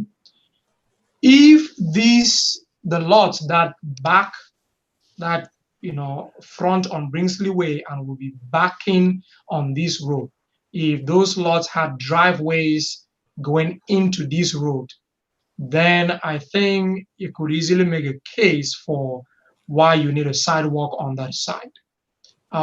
These, as laid out, would only have houses on one side of the street. Historically, the Planning Commission has permitted sidewalk on one side of the street. When you have this, you have a trail in place, but has generally required that that sidewalk, instead of being 5 feet, be multimodal. In other words, it be both for sidewalk and biking. 8 feet is common. So, and I think Alan can throw more light on that in terms of other subdivisions we have in the city where you've granted that variance permitting sidewalk on one side when you have a trail, but they're requiring that the required sidewalk be made wider. Okay. Song is correct. Kind of a compromise when we've had a development like Point 24 out on the Bristol Highway that adjoins a property that fronts the lake that's not likely to develop quickly. They were not required to put a sidewalk on that side, which they would not be taking advantage of. But the sidewalk on the right side going in is wider as a compromise. Okay, so the width of the standard sidewalk is 4 feet, is that correct? 5 feet. 5 feet, and so what would be? The multi-purpose path, which is required on other streets, not your regular local streets, is 8 feet. And we have gotten that in the past on some of the variances for a one-sided sidewalk. There have been a couple of cases where that was felt by the board to be too wide, and it went down to 6. But I don't think we've ever gone below 6. Okay, thank you. I would be willing to compromise in my thought pattern and allow for the single sidewalk if it was built to the larger width. My concern was just to have one regular sidewalk on one side of the street only. I did not feel like was appropriate. But if somebody chooses to make a motion and wants to include increasing the width of that sidewalk as an allowance for allowing only a single sidewalk. Claire, could I ask a question of you, please? And I'd also like to ask the commissioners in general, where do you imagine parking and drives are going to be? If you have parking and drives serving each of the 5 units in each of the 4 buildings, it's going to be almost continuously breaking that sidewalk. Hassan, perhaps you could go back to resharing your screen because I don't think we're going to have anybody else call in. And maybe you could address Commissioner Dagenhart's question by showing us the proposed layout again.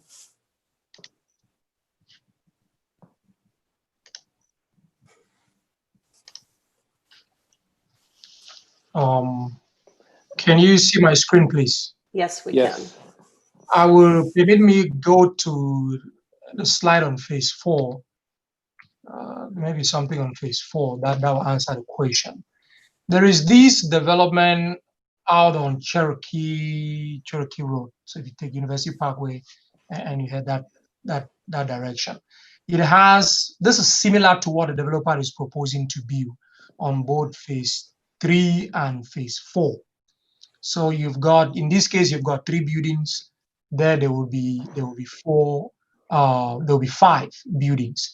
So you will not really have individual driveways going into each lot, so to speak, going into each unit. And if we had that, if we had individual driveways going in here, this will be a dead end street. If it becomes a public street, it will be a dead end street with 20 units on it. The traffic will be significantly low. So I really don't think it will constitute a problem where if somebody were walking on the sidewalk or biking on that multi-purpose lane, you will have a lot of interruption from cars. With what you've shown, perhaps it would be more appropriate for the If we have sidewalk to be individual built on the other driveways side of to the each street. unit, the driveway will cross the sidewalk. The portion of the sidewalk is controlled by the city, and it has standards. We call that a sidewalk apron. That first, probably about 8 feet. If it's a wider sidewalk, it may be more like 10 feet from the back of curb to the edge of the sidewalk. The garage doors, if any, on the faces of those buildings have to be set back 25 feet to allow that a car parked in front of the garage door will not overhang and block the sidewalk. That'll have to be met. The aprons that I mentioned will have to be ADA accessible. As you go down the sidewalk and cross the driveway, you can't be rocking over at a steep angle. So the cross slope on the sidewalk will have to stay within a specification for ADA purposes. So it will be a concrete strip from the back of the sidewalk all the way to the back of curb where a driveway exists if we have individual driveways.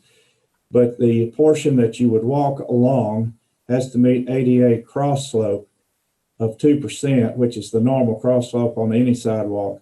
So the car would be going up a slight ramp, then crossing the flatter part of the sidewalk and then on into the garage area.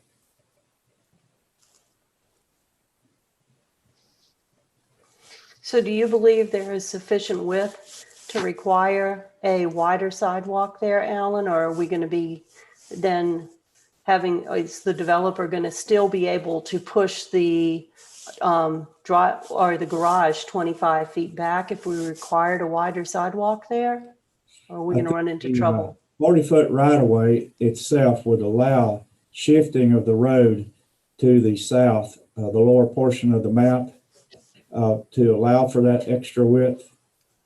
We would still want a grass strip between the back of curb and the sidewalk, and the extra sidewalk would have to be on the north side, but I think you could shift the road slightly to the south and accomplish that. Okay, thank you.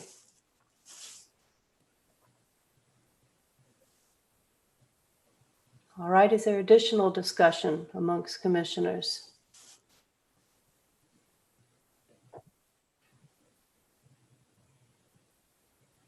I think what we would like, if you do go for a wider sidewalk in your motion and approval, that you tell us how wide you'd like it to be, because we've seen that vary from one board makeup to another. And otherwise the staff would be asking for 8 feet. And it might, if that's not agreed to, we'd have to come back to you for a variance. Thank you.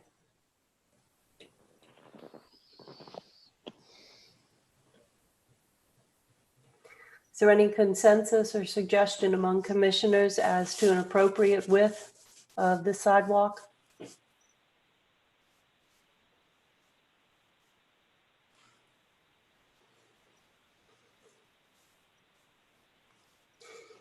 I like 8 feet.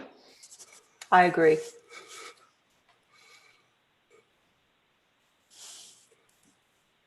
Okay, hearing no more discussion, I am looking for a motion, and we're looking for a motion for the approval or denial of a preliminary subdivision plat for Cedar Rock Village Villas Phase 3 with, I guess we're going to have to modify the as presented, because with the modification of the single sidewalk allowed, which is 8 feet in width. You can make that a condition if you would like as a part of your motion. Okay. This is Commissioner Whitfield. I'd like to make a motion to approve the preliminary plat for Cottages at Cedar Rock Phase 3 with a condition of widening the single sidewalk to 8 feet. I'll second. All right, we have a motion from Commissioner Whitfield and a second from Commissioner Degenhardt. It's for approval of the preliminary subdivision plat with the condition that the single sidewalk is widened to 8 feet in width. Is there any additional discussion? Then Nicole, please call the roll. Commissioner Degenhardt, Yes. Commissioner Hickson, Yes. Commissioner Mays, Yes. Commissioner Whitfield, Yes. Commissioner Calhoun, Yes. Commissioner Aldridge, Yes. and Secretary Wild. Yes. Motion approved as stated with the condition of the single sidewalk wider at 8 feet. Okay. All right, we are moving on to what is item 6.5 on our agenda, and it is to consider the rezoning 3706, 3708, and 3808 Timberlake Road from R3, which is medium density residential, to R01 high density residential professional office district. Ma'am, it appeared you skipped. Oh, I'm sorry. I did skip 6.4. My apologies, because I was reading preliminary and we had done 6.2 after 3. All right, my mistake. Let's move on to item 6.4 instead, which is to consider the preliminary subdivision plat for Cottages at Cedar Rock Villas Phase 4, located at the intersection of Hammett Road and North Roan Street. Thank you, ma'am. Planning commissioners, this is a preliminary plat for Cottages at Cedar Rock Phase 4 within the same vicinity where you had Phase 3. It's basically the property across the street. This property is already zoned R4, which permits single family, double family, multi-family residential development. This is a prototype of what a developer is proposing to build. Instead of 5 buildings, 3 buildings as shown here. In his case, there will be 5. This is the layout of the subdivision. It will be a plant unit development just as the one you had for phase 3. It meets subdivision regulations requirements. It meets zoning ordinance requirements. Staff recommends approval. All right. Thank you, Hassan. Are there any questions for staff at this time? Hearing none, I'd like to open the public meeting again. So Hassan, if you would mind unsharing your screen so Wendy can put that number back up.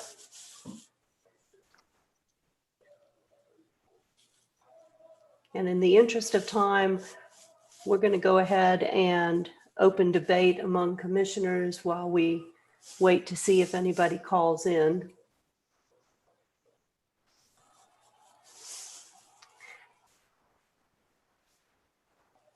Hearing no comments, I'm going to offer my own, and that is, again, I'm in support of this. The proposed density of this is significantly less than the maximum permitted density. Given what we've just approved on the other side of the street, I think it's very appropriate. And again, with its location closer to the Bristol Highway, I like the higher density units there, closer to the larger street. Does anybody else have any comments they want to make? I do not see on the plat that there's a provision for a sidewalk, or am I just not seeing it? Probably just not seeing it. It's actually there. If I could share my screen. Yeah, go ahead. We're going to close the public hearing again. But again, Wendy, if anybody calls in, just let us know, please.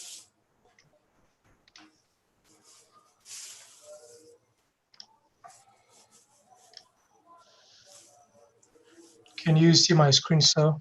Yes, sir. This is the sidewalk right here. And it will come down and connect to the existing sidewalk. The existing sidewalk ends at this point. So this kind of hatch area here, that is the 5 feet sidewalk. And this dark spot, that is the handicap ramp.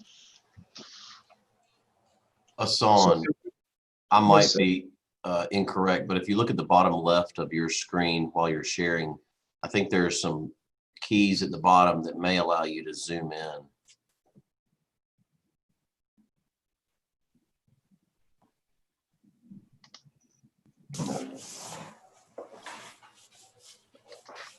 Maybe not. Oh, there we go. He found it. So right here, that is the sidewalk coming down. And at the driveway, you will have the handicap ramp and dome. That's what those 2 dark points represent. And then the sidewalk will continue down and connect to the existing sidewalk. This line right here, that is the existing sidewalk right up to this point. So there will be a sidewalk on Hammett Road.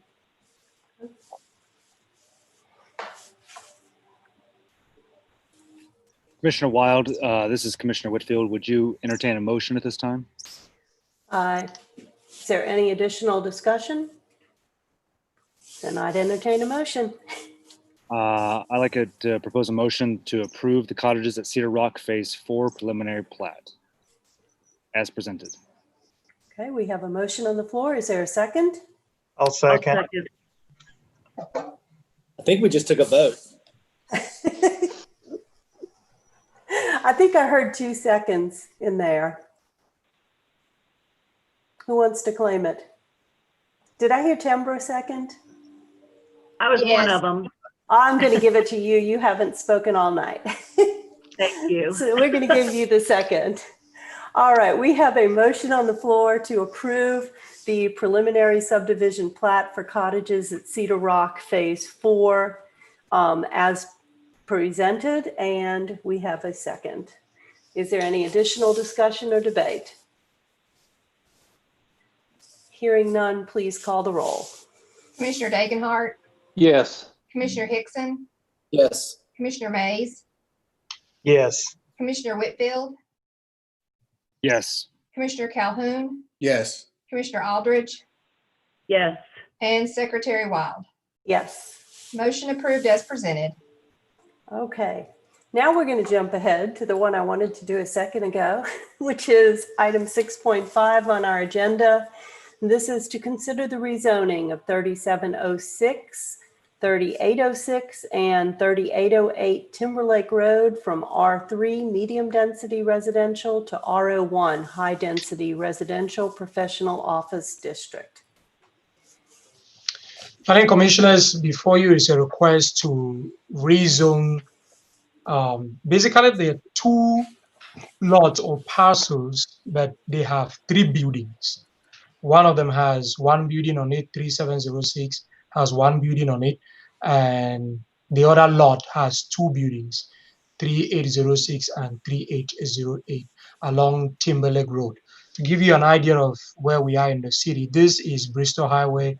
This is where you've got the interchange coming from Cedar Franklin, and then Timberlake kind of skews in from there, intersects with East Mountain View Road. And then you continue up the hill and crest at the top of the hill, you go down, and right there at the bottom, that's where you've got those two existing multi-family rental properties. And then from there, it continues up the hill. These are the properties we're looking at, the three buildings. This particular building has got 5 lots. This has 5 units. This has got 27, and this has got 11 units. So to give you background to this, last year, I think that was in November. No, this year. May of this year, I think, if my memory is not failing me. The applicant came before you requesting to subdivide this piece of property and create 3 lots. Lot 1, Lot 2, and this was Lot 3, which already existing, really. Staff reviewed this and you turned down the plat. In other words, you denied this plat because it would have created densities that exceed the permitted densities in the zoning ordinance. Lot 1, for example, would have had total of 2.46 dwelling units permitted on the proposed lot. The subdivision would have created 5 dwelling units. That was non-compliant. Lot 2, total of 6.02 dwelling units permitted on the proposed lot. The developer was proposing 27 dwelling units by subdividing that property or by creating that lot. That was non-compliant. Lot 3, permitted density, 7 dwelling units per acre. And if divided as was shown, one of the buildings would have been had 14 dwelling units per acre on it, and the other 31 dwelling units per acre. So all of this was non-compliant, and you turned this plat down. The applicant has basically come back before you exploiting other options, basically to consider a rezoning of this property from R3 medium density residential to R01 high density residential professional office building.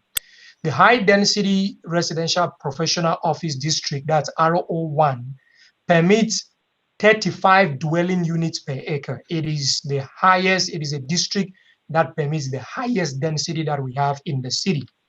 And what that will do, if this property were zoned R01, he would be able to subdivide this property because all the proposed density will be below 35 dwelling units per acre. Looking at the existing, he is not proposing to demolish the buildings, the existing building, to change the configuration. The site will remain as it is. So the background as I've provided, that gives you the reason for these requests. The existing land uses, there are essentially residential, single family residential, all this area in yellow. that single family residential development. The areas in somewhat orange, that is multi-family development. This was all part of the Timberlake annexation. This property was annexed into the city basically when it was under construction. So the plans were approved in the county and annexed into the city as is. Over the years, there has been one rezoning within this area, and it's a rezoning of this piece, these 1, 2, 3, 4, 5 properties from R3 to R01.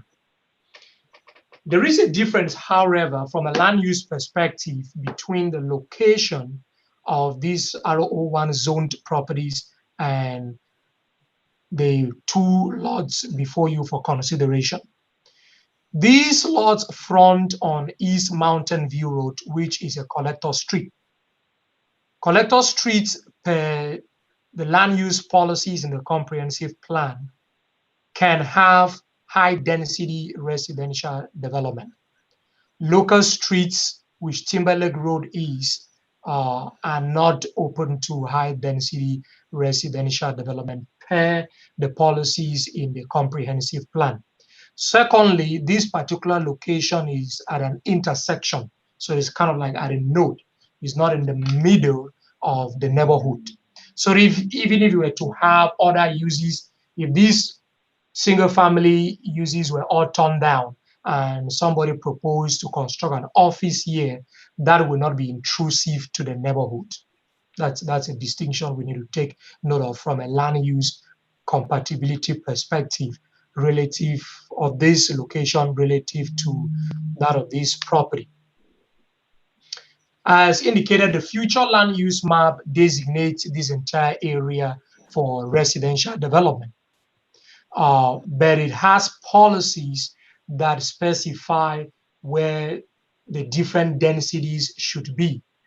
High density, medium density, low density residential development along local streets. Timberlake Road is classified here as a local street. Medium density development along local streets and collector streets, and high density development along arterial streets and collector streets. So from that particular policy perspective, this proposal will not align squarely, fully with the future land use policies in the comprehensive plan. We already discussed land use compatibility. From a zoning perspective, rezoning this property to R01 will really be taking an R01 zoning district and sticking it in the middle of a generally single-family residential neighborhood.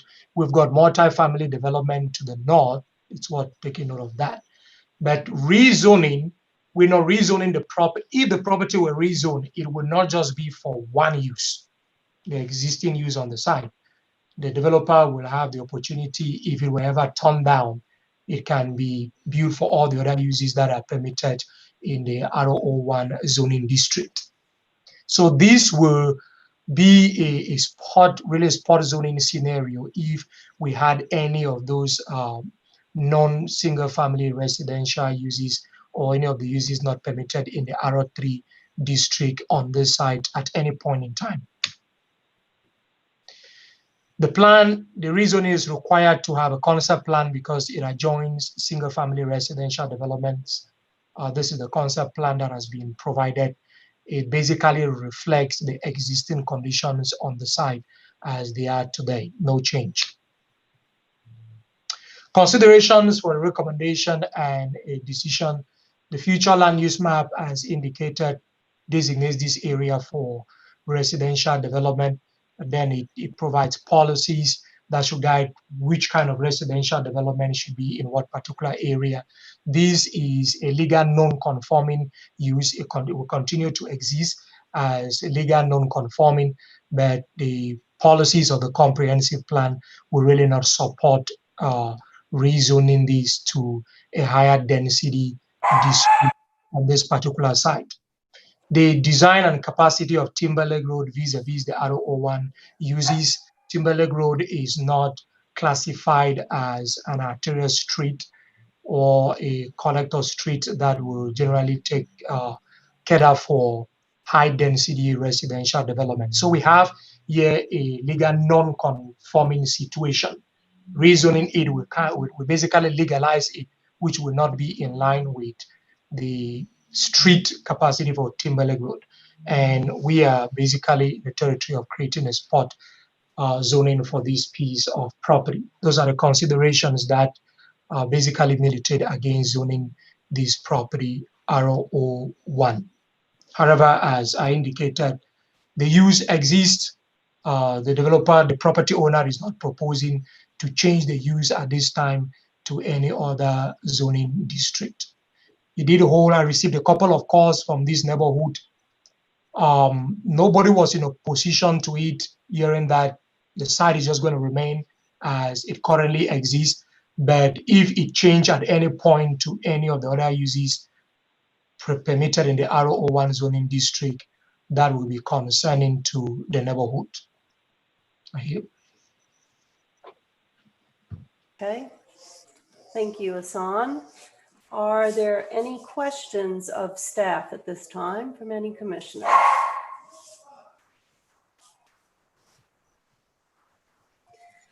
All right, hearing none, we're going to go ahead and open the public hearing again. If anybody wishes to call in and offer either support or opposition to this item, we'll be happy to take your phone call.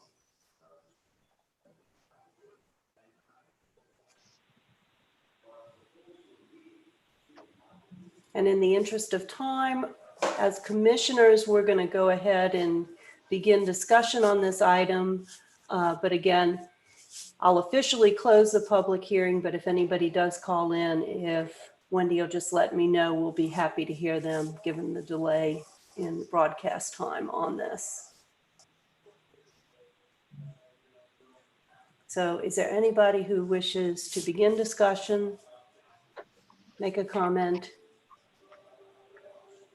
You know, I have, this is Commissioner Whitfield. I have some, I guess, concerns with this proposal, given the fact that it could be considered spot zoning, and secondly, consider the density. And then, you know, if we did change the zoning, we would be open to them, you know, using any of the other uses permitted under that zoning ordinance. And I think at that point, we'd really be kind of with hands tied behind our backs, because we wouldn't have a lot of options at that point.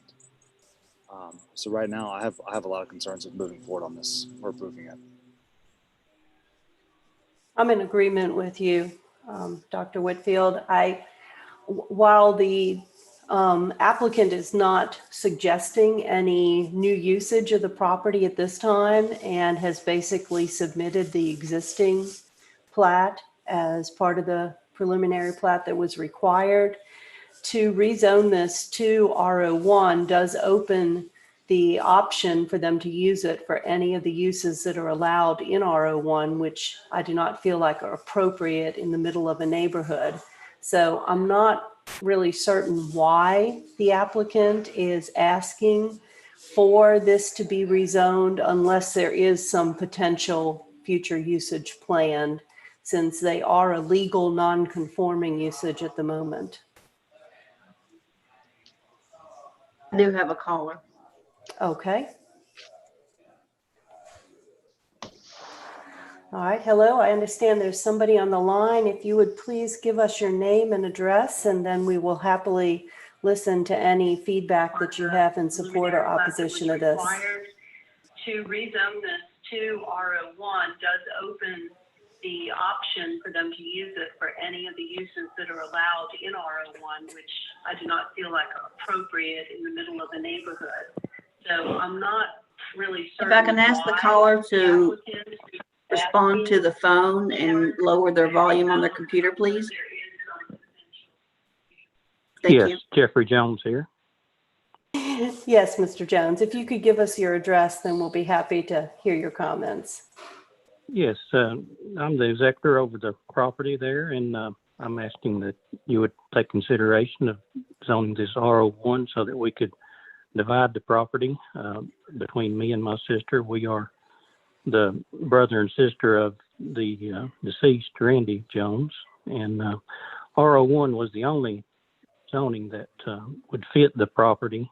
The reason we decided to go with this, we had a different route that we were taking, and had a meeting in January, and they had posed to divide the property. So we had a meeting with the song, and he suggested this R01, but I wasn't aware of all the other avenues that could be considered with this property. We are intending to keep the property as in the use that is in as has been for the last 30 years. We do not wish to change the property in any way. So I would ask again that you consider the zoning of this R01. Okay, thank you very much. Does anybody have a question of the applicant at this time, since we have them on the line? I guess if I could ask a question, my question would be, if it's been this way for 30 years, I'm not sure I quite understood you as to why we would want to, or why you would need to change it, the zoning now. Okay, we were trying to divide the property. The larger units, larger building has 27 units, and the other building has 5 units. That was all on one deed. And to make it fair in the mediation, we divided those 2 properties, and one going to my sister and one going to me. And that's why we're asking the division of the property now and asking for this zoning. This is Commissioner Whitfield. Song, are there any other avenues that could be considered that would honor the applicant's requests, but also would be more in line with the neighborhood zoning? I'm sorry, sir. There was a bit of noise in the background. I didn't hear your questions. Are there any other avenues to consider with the applicant to honor his request that would be more in line with the neighborhood zoning as it currently stands? In terms of whether there is another zoning district that it could be rezoned to? That's correct. Now, the only zoning district to subdivide the property between him and the sister, the building that currently has 27 units on it, that will create a density of 31 dwelling units per acre. The only zoning district that allows that amount of density in the city is the R01 zoning district. So for him to subdivide that and create a legal conforming lot, he will have to, the property will have to be rezoned. Now, Tennessee has a provision for what is called court-ordered subdivisions. So you could go to court, and a judge can order a property to be subdivided, even if it doesn't meet. Now, there's no certainty that a judge is going to do that. I should say there's absolutely no certainty. Judges don't often do it. It's not very common that they just go against the city's regulation and permit and order the subdivision of a property that violates zoning ordinance provisions. But if that were to happen, he could subdivide the property. It will be legal, but it will just still remain non-conforming from a zoning ordinance perspective.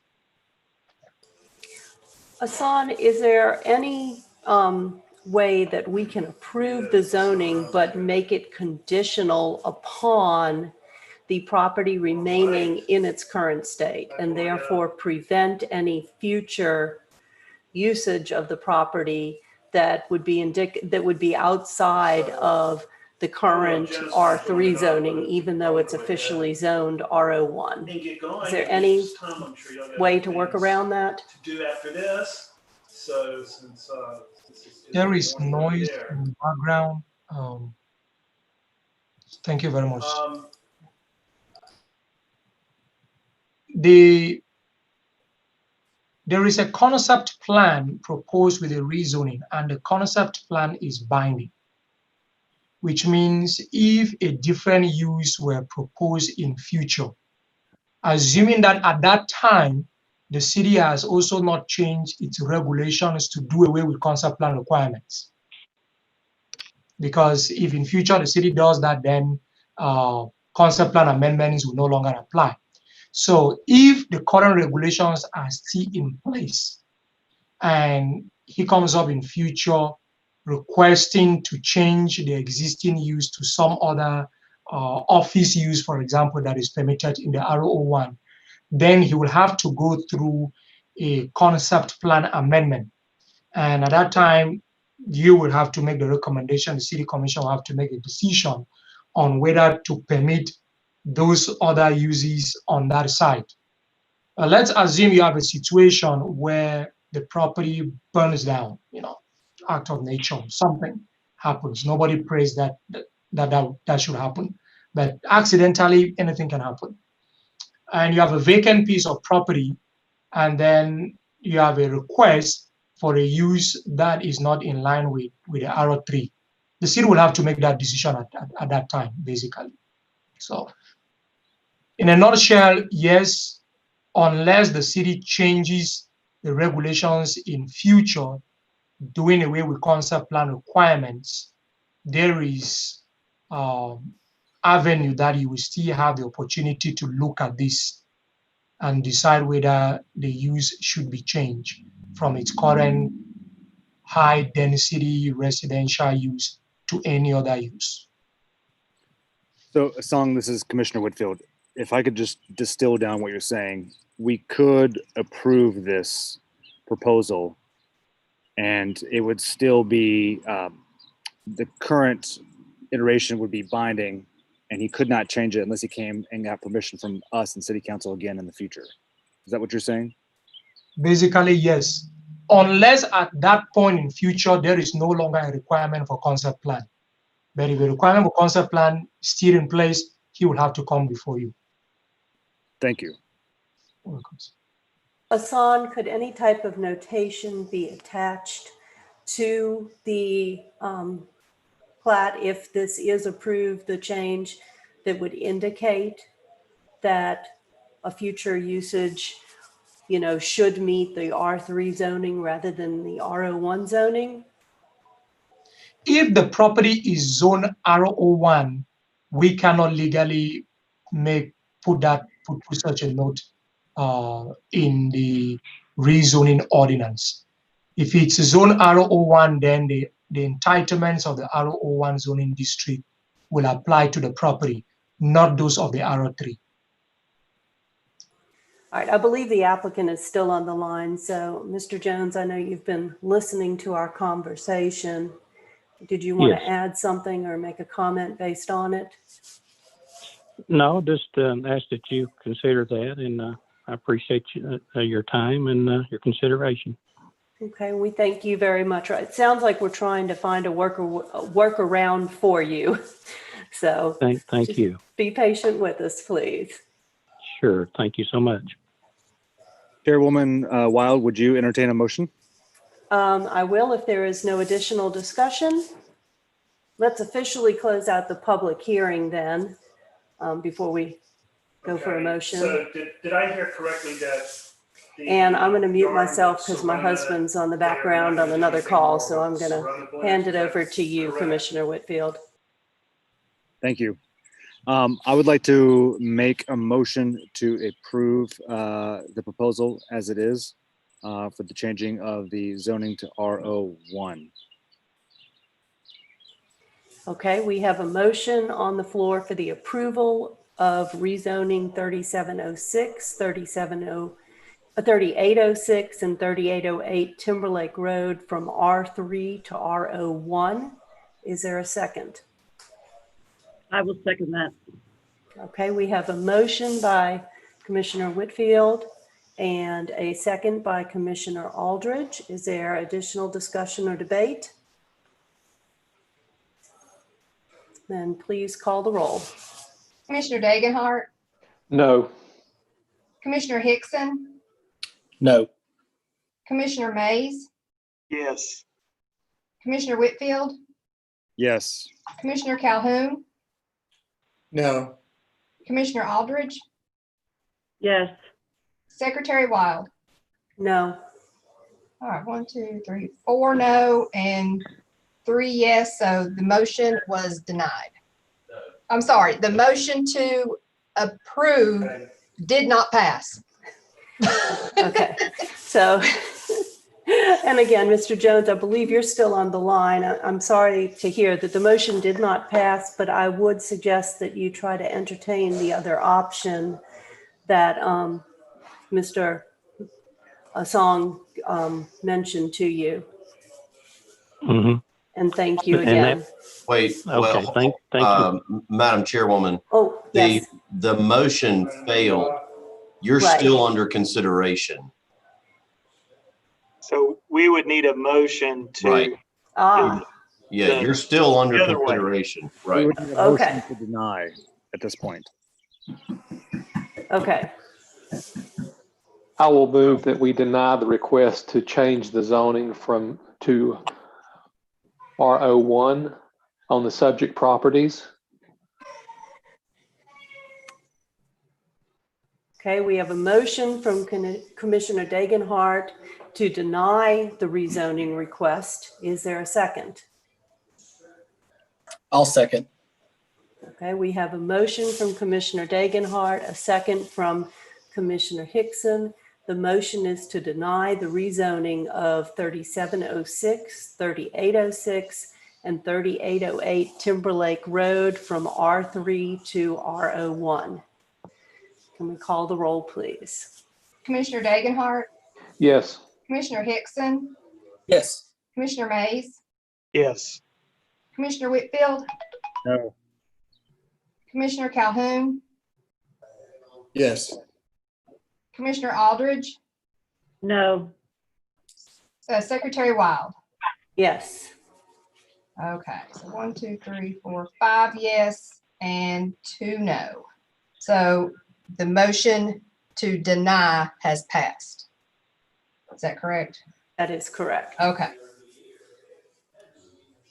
So Madam Chair, before we move on, if the gentleman is still on the phone, this is one of those situations where the recommendation by the Planning Commission is to deny.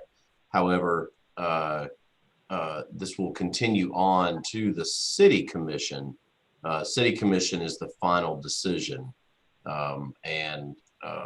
So you would have the ability to request that this move forward. We can have this conversation with you at a later time, but just know that this is a recommendation and we can continue this conversation whether or not we're going to go forward to the City Commission. Is that understood? Yes, sir. Okay, thank you. Thank you for that Thank you. clarification, Preston. Okay. All right, we are going to move on to item 6.6 on our agenda then, and it is to consider the replat of the Thornburg Subdivision located at 2020 Carroll Creek Road.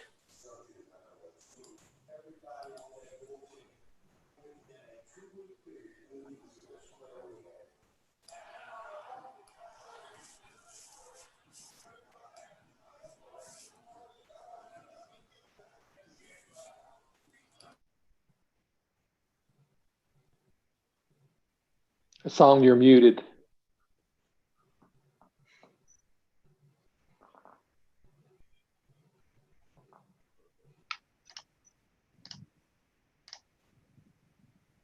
Sorry about that. I was already on the next item of the agenda.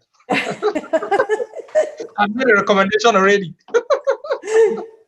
This has been a long meeting. Let's move it. Please give me a moment. Can you see my screen, please? Yes, we can. Thank you very much. And I'm sorry for that. So this is a request to subdivide 2 pieces of properties along Carroll Creek Road. The property owner is proposing to create 3 lots out of these 2 lots. It should be noted that this particular lot already exists as it is, and This is the second lot. This is the subdivision plat. It creates this lot 1, lot 2, and part of this lot is being added to this.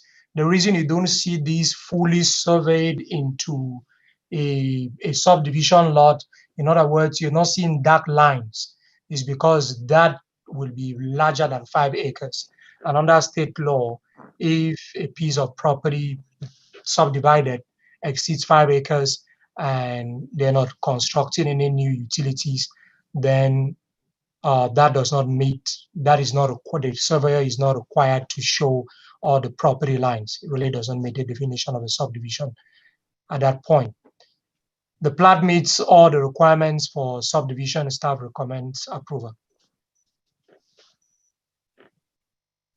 Okay, thank you, Asan. Are there any questions of staff at this time? All right, hearing none, again, we will open the public meeting. If anybody wishes to call in and comment on this item, either offering support or opposition to it, we welcome that call.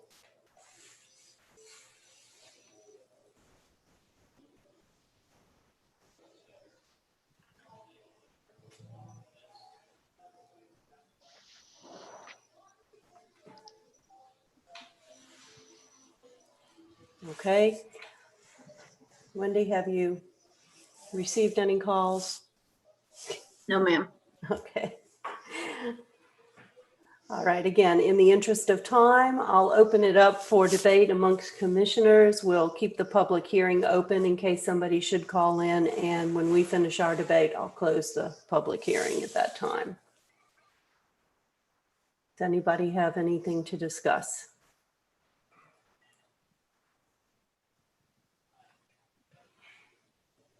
Okay, hearing no discussion, I'm going to go ahead and close the public hearing, and I am looking for a motion. And the motion is for the replat of the Thornburg subdivision to either approve or deny. I will move that we approve the replat of the Thornburg subdivision subject to it passing requirements for subsurface sewage disposal. Thank you very much, Commissioner Dagenhart. We have a motion. Is there a second? I'll second that. Okay, we have a motion and a second to recommend approval of the replat of the Thornburg subdivision located at 2020 Carroll Creek Road, and that is contingent upon meeting requirements for the subsurface sewage disposal. Is there any additional debate or discussion on the motion? All right, then please call the roll. There we go. Commissioner Dagenhart, Yes. Commissioner Hickson, Yes. Commissioner Mays, Yes. Commissioner Whitfield, Yes. Commissioner Calhoun, Yes. Commissioner Aldridge, Yes. and Secretary Wild. Yes. Motion approved as stated. Okay.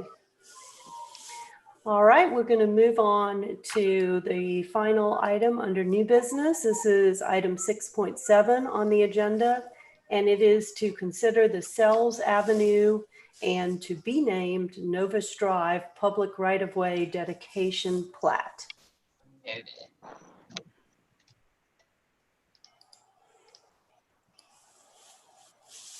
Commissioners, please, can you confirm that you've seen the screen? Yes, we are. But we're Thank seeing you. the Thornburg. Now we got it. Okay, thank you. This is a request from the city to create public right-of-ways for Sears Avenue and a new street that the city, working with the state, has built to be named Novus Drive. In this right-of-way creation, there are a couple of properties that are, couple of lots, put it this way, that are being created because of this new street, and other lot lines that are moving in different ways because of the construction of this street. So this falls squarely within the context of a subdivision and a right-of-way plat. The center line, I should note of this plat does not line up. This line that's the center line. As you see, it doesn't line up exactly with the right of way because the city is still working on. There is the potency that in future this right of way will be expanded. You know, if you look at the construction as it is today, you have a sidewalk on one side, there is no sidewalk on the other side. So there is that potential for additional right-of-way acquisition on this side of the road and the expansion of that street to really the standard of an arterial road in future. In the staff report that you had, there were a couple of changes that had to be made on the plat. One of them was changing the name of the plat. Initially it was just Novus Drive. Now it clearly shows as Novus Drive and Sears Avenue public right-of-way. This is Sears Avenue. It's also been constructed, extended, and connected to State of Franklin. I think it used to have a gate. That gate has been opened, so this will be a through street connecting State of Franklin and the proposed Novus Drive. Secondly, the easements for sanitary sewer easements. Initially, I think the plats were showing 10 feet wide. Those have been increased to 15 feet wide to reflect the reality on the ground and as recommended by the Water and Sewer Department. This is the last section of the road, beautifully constructed. Staff recommends approval. Okay. Are there any questions of staff at this time? Okay, do we have a public hearing on this item, Hassan? Yes, ma'am. Okay, well, let's go ahead and open up the public hearing then. If anybody wishes to call in and offer any input in support or opposition of this item, Wendy will let us know. I'll comment. I drove on this new road the other day. It's very nice. Lets you avoid all of the traffic at the corner of State of Franklin and Market.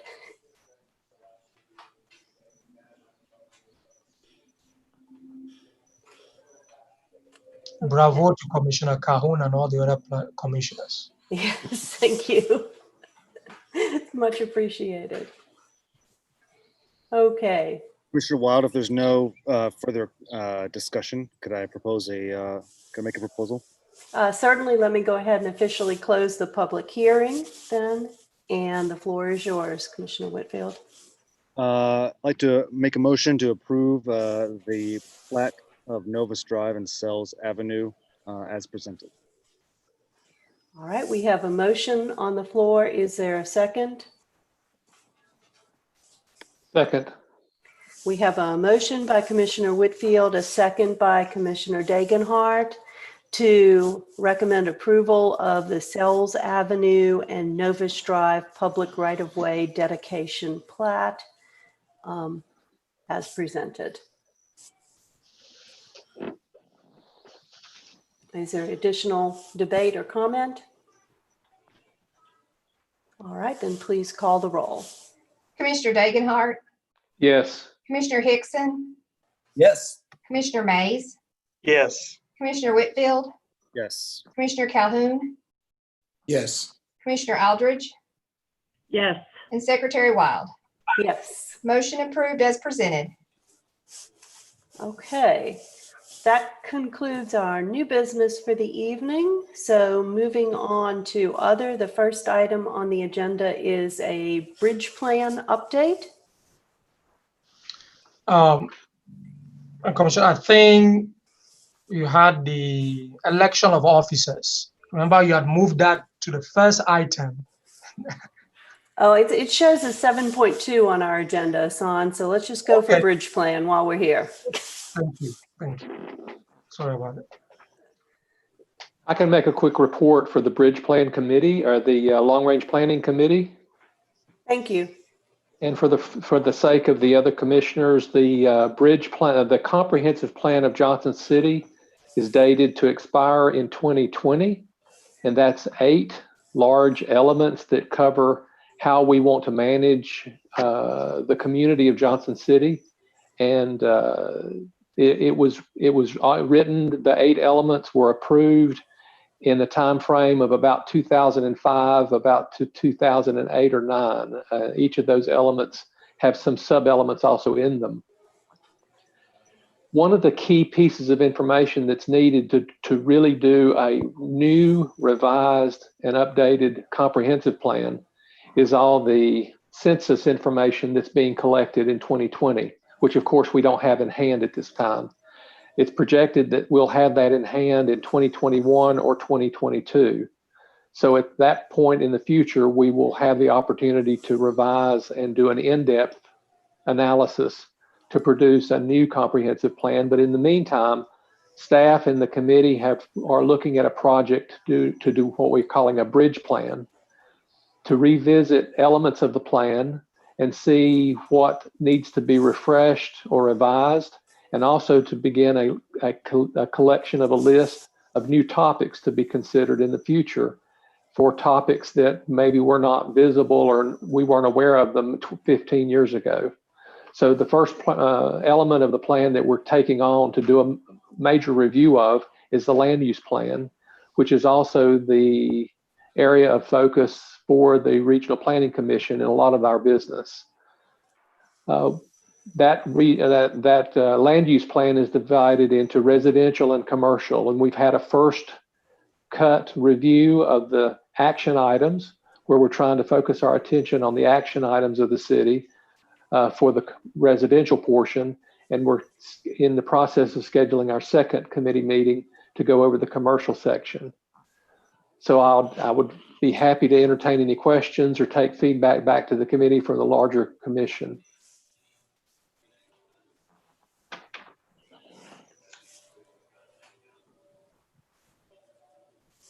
I would say thank you for that excellent summary of the work the committee has done so far, Commissioner Dagenhart.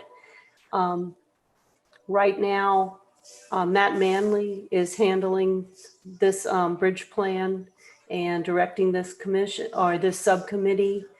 He is out of town on vacation this week, so the members of the Long Range Committee and the Bridge Plan Committee have been given copies of the comprehensive plan, and we're all going through it at this time, producing comments so that we can discuss it next time we meet again.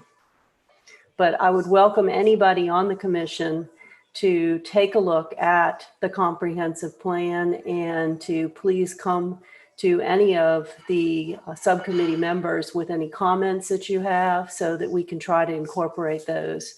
We will be bringing elements forward to the Planning Commission as a whole as they're developed by the Bridge Plan Committee. I have a caller on the line. I'm not sure if it's one of the commissioners or what they're wanting. Oh, okay. What do they want? I don't know. Hello, I see there's a caller on the line. If you could tell us who you are, we'd be happy to hear whatever you have to say.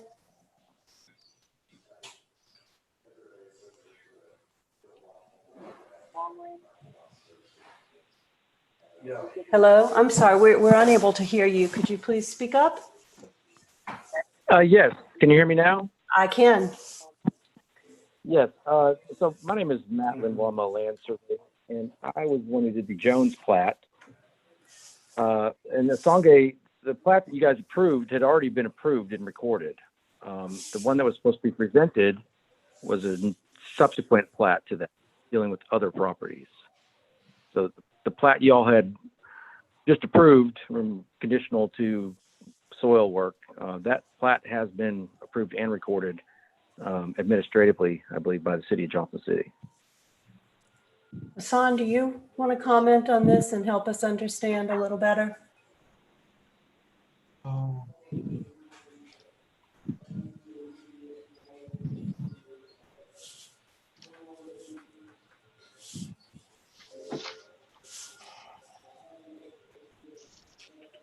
Or Preston, if you want to chime in here, perhaps you can offer some feedback.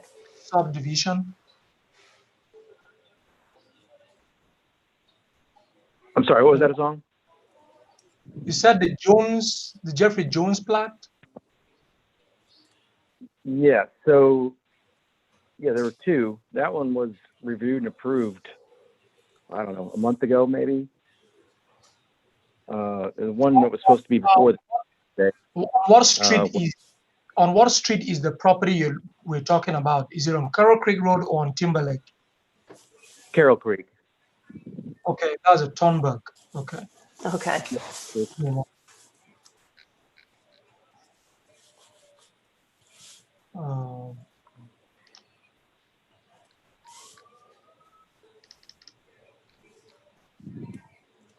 I want to be sure that.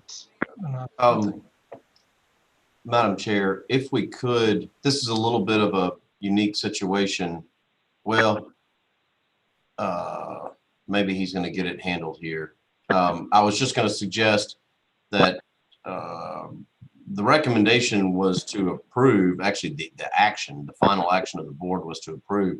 So we may need to have a conversation with this gentleman offline outside of this meeting. Okay.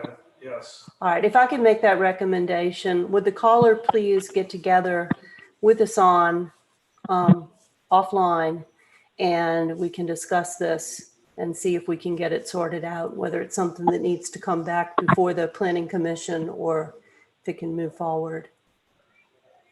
Oh, sure. I mean, I'm just calling on behalf of the owners who have expecting this to be. Yeah, there you go. May I get the caller's name and address for the record, please? Yes, can we please have your name and address? Sure, it's Matt Lindvall, L-I-N as in Nancy, D as in David, V as in Victor, A-L-L. Okay. Address is 276 Ridgecrest Road, Jonesboro, Tennessee. All right, thank you very much, Matt. We have your phone number, so I'm going to ask staff to reach out to you, and so that you all can try to resolve this offline after this meeting. Okay? Okay. Thank you very much for calling in and bringing that to our attention.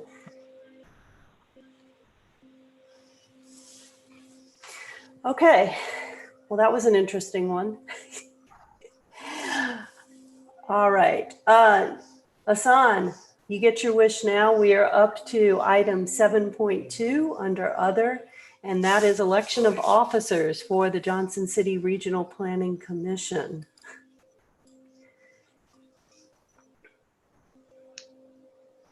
So planning commissioners, they are the bylaws of the planning commission. There are 4 officers. You have a chair, a vice chair, a secretary, and a vice secretary. The chair basically leads the planning commission, chairs the meetings. The vice chair assists the chair and acts in the absence of the chair. The secretary is in charge of the minutes. Staff assists the secretary with taking down some of those minutes, like what Nicole is doing today. We so often call the secretary to come in and sign plats. So that's something Planning Commissioner Dr. Weil is aware of. So Moni will reach out to you as secretary very so often to come in and sign plats. And in the absence of the secretary, the vice secretary or the assistant secretary. And the data, the value prop fabric. The term of office of the current officers expires today, and you need to elect new officers who will begin after this meeting and be in full force at your meeting in August. So the former chair was Dr. Zion. He's no longer on the Planning Commission. The vice was Planning Commissioner Cooper. He is still on the Planning Commission. He's not at this meeting today. The secretary was Dr. Wire, and the assistant secretary, I think that was Whitfield? Commissioner Degenhardt. Commissioner Degenhardt, thank you, sorry for that. So those are the officers we had, except for former Chairman Zan, who is no longer on the Planning Commission. All the other officers are eligible to be voted to the same office that they held or to any other office. And all planning commissioners are eligible to vote and to be voted. Thank you. The ball is in your court. I'm going to offer just a word to those who are interested in any of these positions. As you can tell tonight, in the absence of the chairman and the vice chairman, the secretary is called upon as next in line to lead meetings.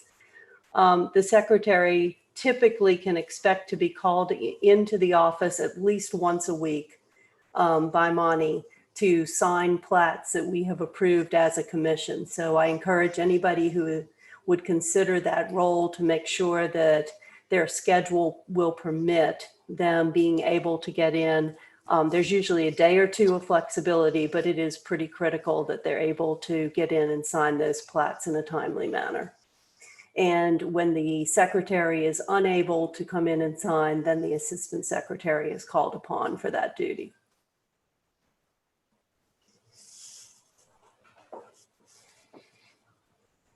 And in the absence of the assistant secretary, the chair is called.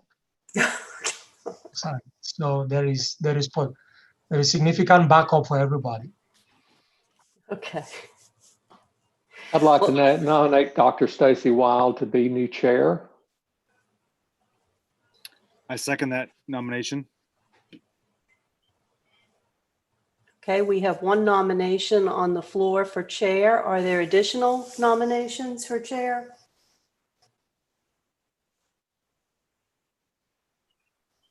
Looks like it's yours, Stacy. All those in favor, say aye. Aye. All those opposed? Okay, well then I will happily accept the role of chairman. We now need to consider nominations for vice chairman. I believe Commissioner Cooper has expressed a willingness to serve in that role again if nobody else would like to volunteer. Are there any other nominations other than Commissioner Cooper? With that said, I'll nominate Commissioner Cooper as vice chair. Okay, we have a nomination for Commissioner Cooper. Is there a second? Second. And a second. Are there any additional nominations for vice chair? All right, all those in favor of voting Commissioner Bob Cooper as our vice chairman, say aye. Aye. Aye. Aye. Any opposed? All right, we need nominations for the position of secretary. I really think it's most fair to ask whose schedule would permit them to perform this role before somebody is just nominated. Because as I said, it is something that you do need to have some flexibility. Commissioner Degenhardt, are you able to perform that duty? I know you've been serving as assistant secretary. Yes, I'd be happy to be the secretary. All right, I'll nominate Commissioner Degenhardt. Is there a second? I would be happy to second that. Okay. Are there other nominations for secretary? All those in favor of Commissioner Degenhardt as secretary, say aye. Aye. Aye. Any opposed? Okay, then we need nominations for assistant secretary. How about volunteers for assistant secretary? Are there any other commissioners who have some flexibility in their schedule that they might be able to come over to City Hall if called upon? As an acting assistant secretary, I've been able to sign plats maybe once a month or once every other month, and that's all that's been involved. All right. I'll volunteer. All right. We have a volunteer from Commissioner Mays. I'll second that. Okay, and we have a second. Are there any additional nominations? All right, all those in favor of Commissioner Mays as our assistant secretary, say aye. Aye. Aye. Any opposed? Aye. I'm just kidding. No, I didn't say nay to mine. You weren't allowed to. That is not part of the deal. Okay, then we do have a new slate of officers for the upcoming year. And I wanted to, as your new chair, I just wanted to welcome the new commissioners to the board. We're very happy to have you here. So look forward to working with you all. I wanted to add just one other brief item to the other, and I promise I won't take more than 2 minutes time. But one of my first acts as chair, I'm going to try to set up a meeting with staff. I would like to propose that we have some sort of retreat or meeting, or I don't know what we want to call it, of the planning commissioners, and I'm going to try to get that scheduled sometime fairly soon. My intention of things to include on that is really just an introduction or an opportunity for each of us to be able to kind of get to know one another, talk about our life story as well as our reasons for being on the Planning Commission. A brief introduction of staff. I want us all to be familiar so that when you see faces like Alan Cantrell tonight or some of the other city staff, you know what their role is and why they might be attending. Also, I'm going to ask that we go over just briefly our roles and responsibilities on the Planning Commission, as well as some guidelines for decision making. So how do we make decisions and know how to vote on it? So those are just a couple of the key things that I'm going to try to work with staff on presenting, but hopefully we can try to schedule something like that. So given people's schedules, would you all be more open to having such a training meeting during business hours in the morning, afternoon, or should this be something scheduled in the evening? What is best for everybody on the commission?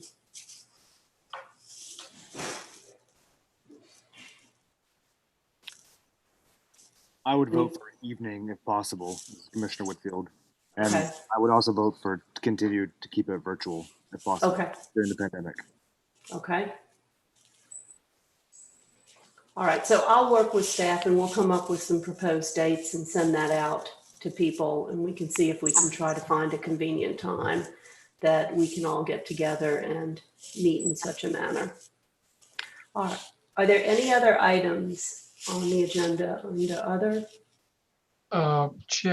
Chairman, at the next meeting, ordinarily we would have done it today, basically fill the standing committees of the Planning Commission. Right now, the Policy and Legislative Committee is limping. It has only one member, Commissioner Cahoon. The other two were Dr. Zion and General Herald, so they are no longer on the Planning Commission. There is work that needs to be done in that committee. For example, the neighborhood meeting guidelines that has been done, that committee just needs to look at it for us to get it on the agenda. If the commission is amenable, I would say the long range committee is pretty stable. You know, the members are there. The land use and transportation pretty stable. The members are there. It appears that the new commissioners that are coming on board would need to take a quick look within this month of those committees so that on August 11, we can have the committees all filled and working again, please. Thank you. Okay, Asan, one of the things I was going to suggest we include at that retreat would be a presentation of what are our subcommittees and let people reassess what subcommittees they might be on and potentially expressed interest in any subcommittees. So let's see if we can get this retreat planned before then, and we can take care of that. If not, I propose that we move forward by, if you need a meeting of that committee, go ahead and send something out and we'll look for volunteers to hold that subcommittee meeting until we can formally fill all the positions on the subcommittees. And as just a note of clarification, I've only got 3 meetings left. So that whole legislative committee is going to be gone. Yeah, so I think it would be that's why I want to include that at the retreat so that we can look at the different subcommittees. maybe try to spread out our resources and make sure that we're covering all of them appropriately, give people an opportunity to choose. So if they need to meet, just let us know, and I'm sure we'll have enough of us volunteer to be present at the meeting to get the immediate business taken care of. But we'll hope to fill the committee seats before our next meeting. That's assuming Dr. Calhoun's parole is granted. Yeah. And if there's any way that you could give us, is it possible to give us a list of what the committees are so we could start thinking about it and considering it now? Yes, ma'am. I will be getting in touch with you maybe tomorrow for discussions bigger than just that committee. And thank you very much. Welcome to the board. The committees are in the bylaws. We'll be sending everything to you and we can begin that discussion. Yes. If I could also add, Timbra, do you have all of the backup material on iCompass? I was able to get on, and I think I'm starting to play with it. I started playing with it a little bit last night, so I think I can get to it. Okay, good. Well, so what I was just going to suggest is, and forgive me if it looks like my eyes are wandering, I'm looking at my screen. If you go back out to the home screen of iCompass and you click on the boards and commissions button somewhere in the middle there, there is a listing of the different committees for the Planning Commission. Now, what Hassan's going to give you is greater detail and a lot more background on it, but at least that'll at least get you started. Okay, perfect. Thank you. All right. Are there any other items to be discussed or added to the agenda? In that case, I am looking for an emotion to adjourn. So moved. I'll make that question. Okay. All in favor, say aye. Aye. Aye. Love you guys. We're not doing this for 3 hours again. Have a great night, everybody. Thank you, Stacy. Good night, everybody. Great job, Stacy. All right, bye.